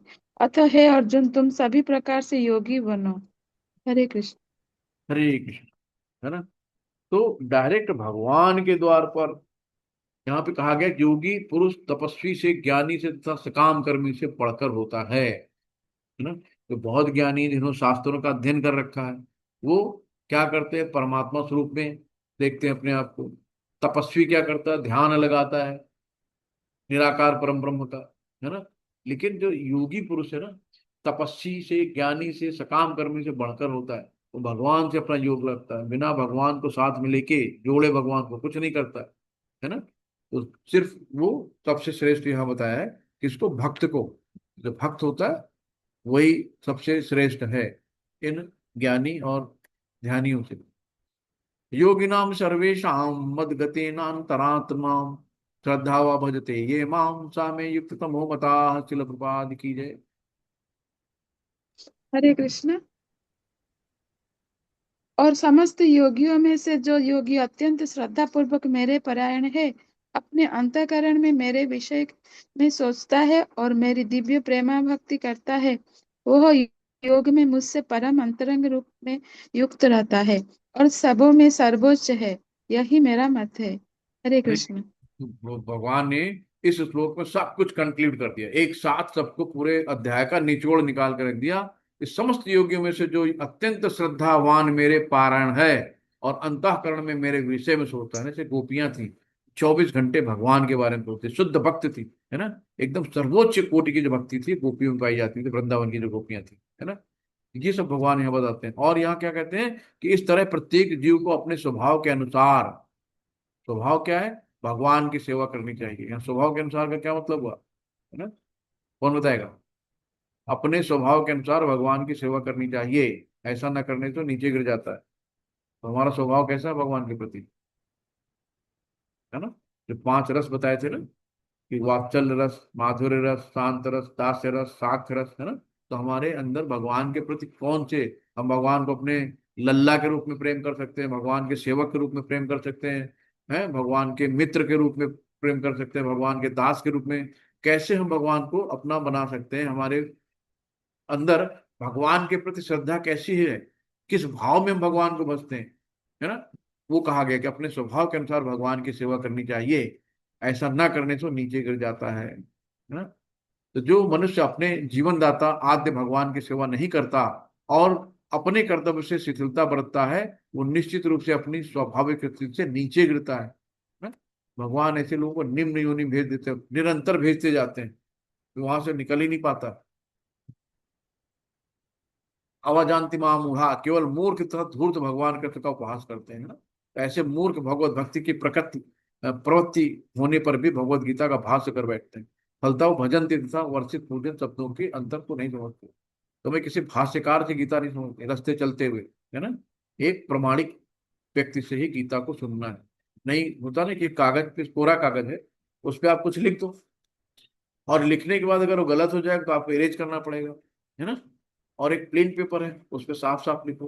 तो कभी कभी गलत चीजें लिखने के बाद उनको इरेज करना, कितना भी इरेज करोगे लेकिन वो गंदगी साफ नहीं होती। इसलिए देर में सीखो लेकिन अच्छा सीखो, शुद्ध सीखो, है ना, गलत नहीं। ये यहाँ पे कहा गया। और जिन महात्माओं के हृदय में श्री भगवान तथा गुरु के परम श्रद्धा होती है, उनमें वैदिक ज्ञान का संपूर्ण तात्पर्य स्वतः प्रकाशित हो जाता है ना। तो ये है कि अपने आप। और फिर कहा गया है कि भक्ति का अर्थ है भगवान की सेवा, है ना।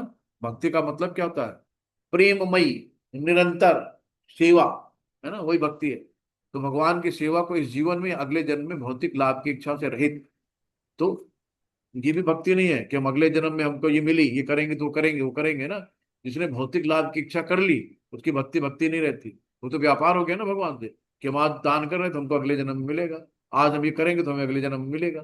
ये व्यापार हो गया, ये भगवान की सेवा नहीं हुई, है ना। गिव एंड टेक, भगवान हमारे काम कर दो हम लड्डू चढ़ाएंगे, हम ये कर दो हम 1100 रुपये दान करेंगे, ये सब व्यापार हो गया। यहाँ भक्ति का अर्थ है, यहाँ भक्ति का अर्थ है कि भगवान की सेवा जो इस जीवन में, अगले जीवन में भौतिक लाभ की इच्छा से रहित होती है।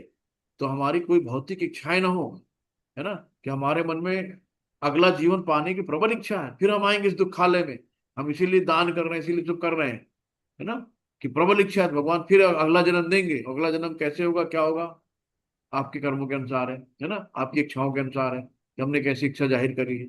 तो भौतिक लाभ की इच्छा से रहित होना चाहिए, है ना, कोई भी लाभ की इच्छा ना हो भगवान की सेवा में, तो उसको भक्ति कहते हैं। यानी कि हम भक्ति कर रहे हैं भगवान, तो हम वो इच्छा करते हैं ना तभी हम तुम्हारी पूजा करेंगे, है ना। बहुत से लोग भक्ति छोड़ देते हैं, अरे भक्ति करके क्या मिला, इतने दिन से भक्ति कर रहे हैं और मेरे साथ ऐसा हो गया, कोई भगवान वान को नहीं मानते ना। बहुत से ऐसे नास्तिक आपको मिल जाएंगे सराउंडिंग में, जो सब केवल व्यापारी थे। ऐसे प्रवृत्तियों से मुक्त होकर मनुष्य को अपना मन परमेश्वर में लीन करना चाहिए, है ना। नैष्कर्म का यही प्रयोजन है। ये सभी कुछ ऐसे साधन है जिसमें योग की परम सत्यमयी अवस्था भक्ति कृष्ण भावनामृत को संपन्न किया जा सकता है। इस प्रकार भगवत गीता के छठे अध्याय ध्यान योग का भक्ति वेदांत तात्पर्य पूर्ण हुआ। शिल कृपा आदि की जय, गुरु महाराज जी की जय। क्षमा चाहेंगे, थोड़ा 5 मिनट आगे बढ़ गए, आज कुछ ज्यादा हो गया।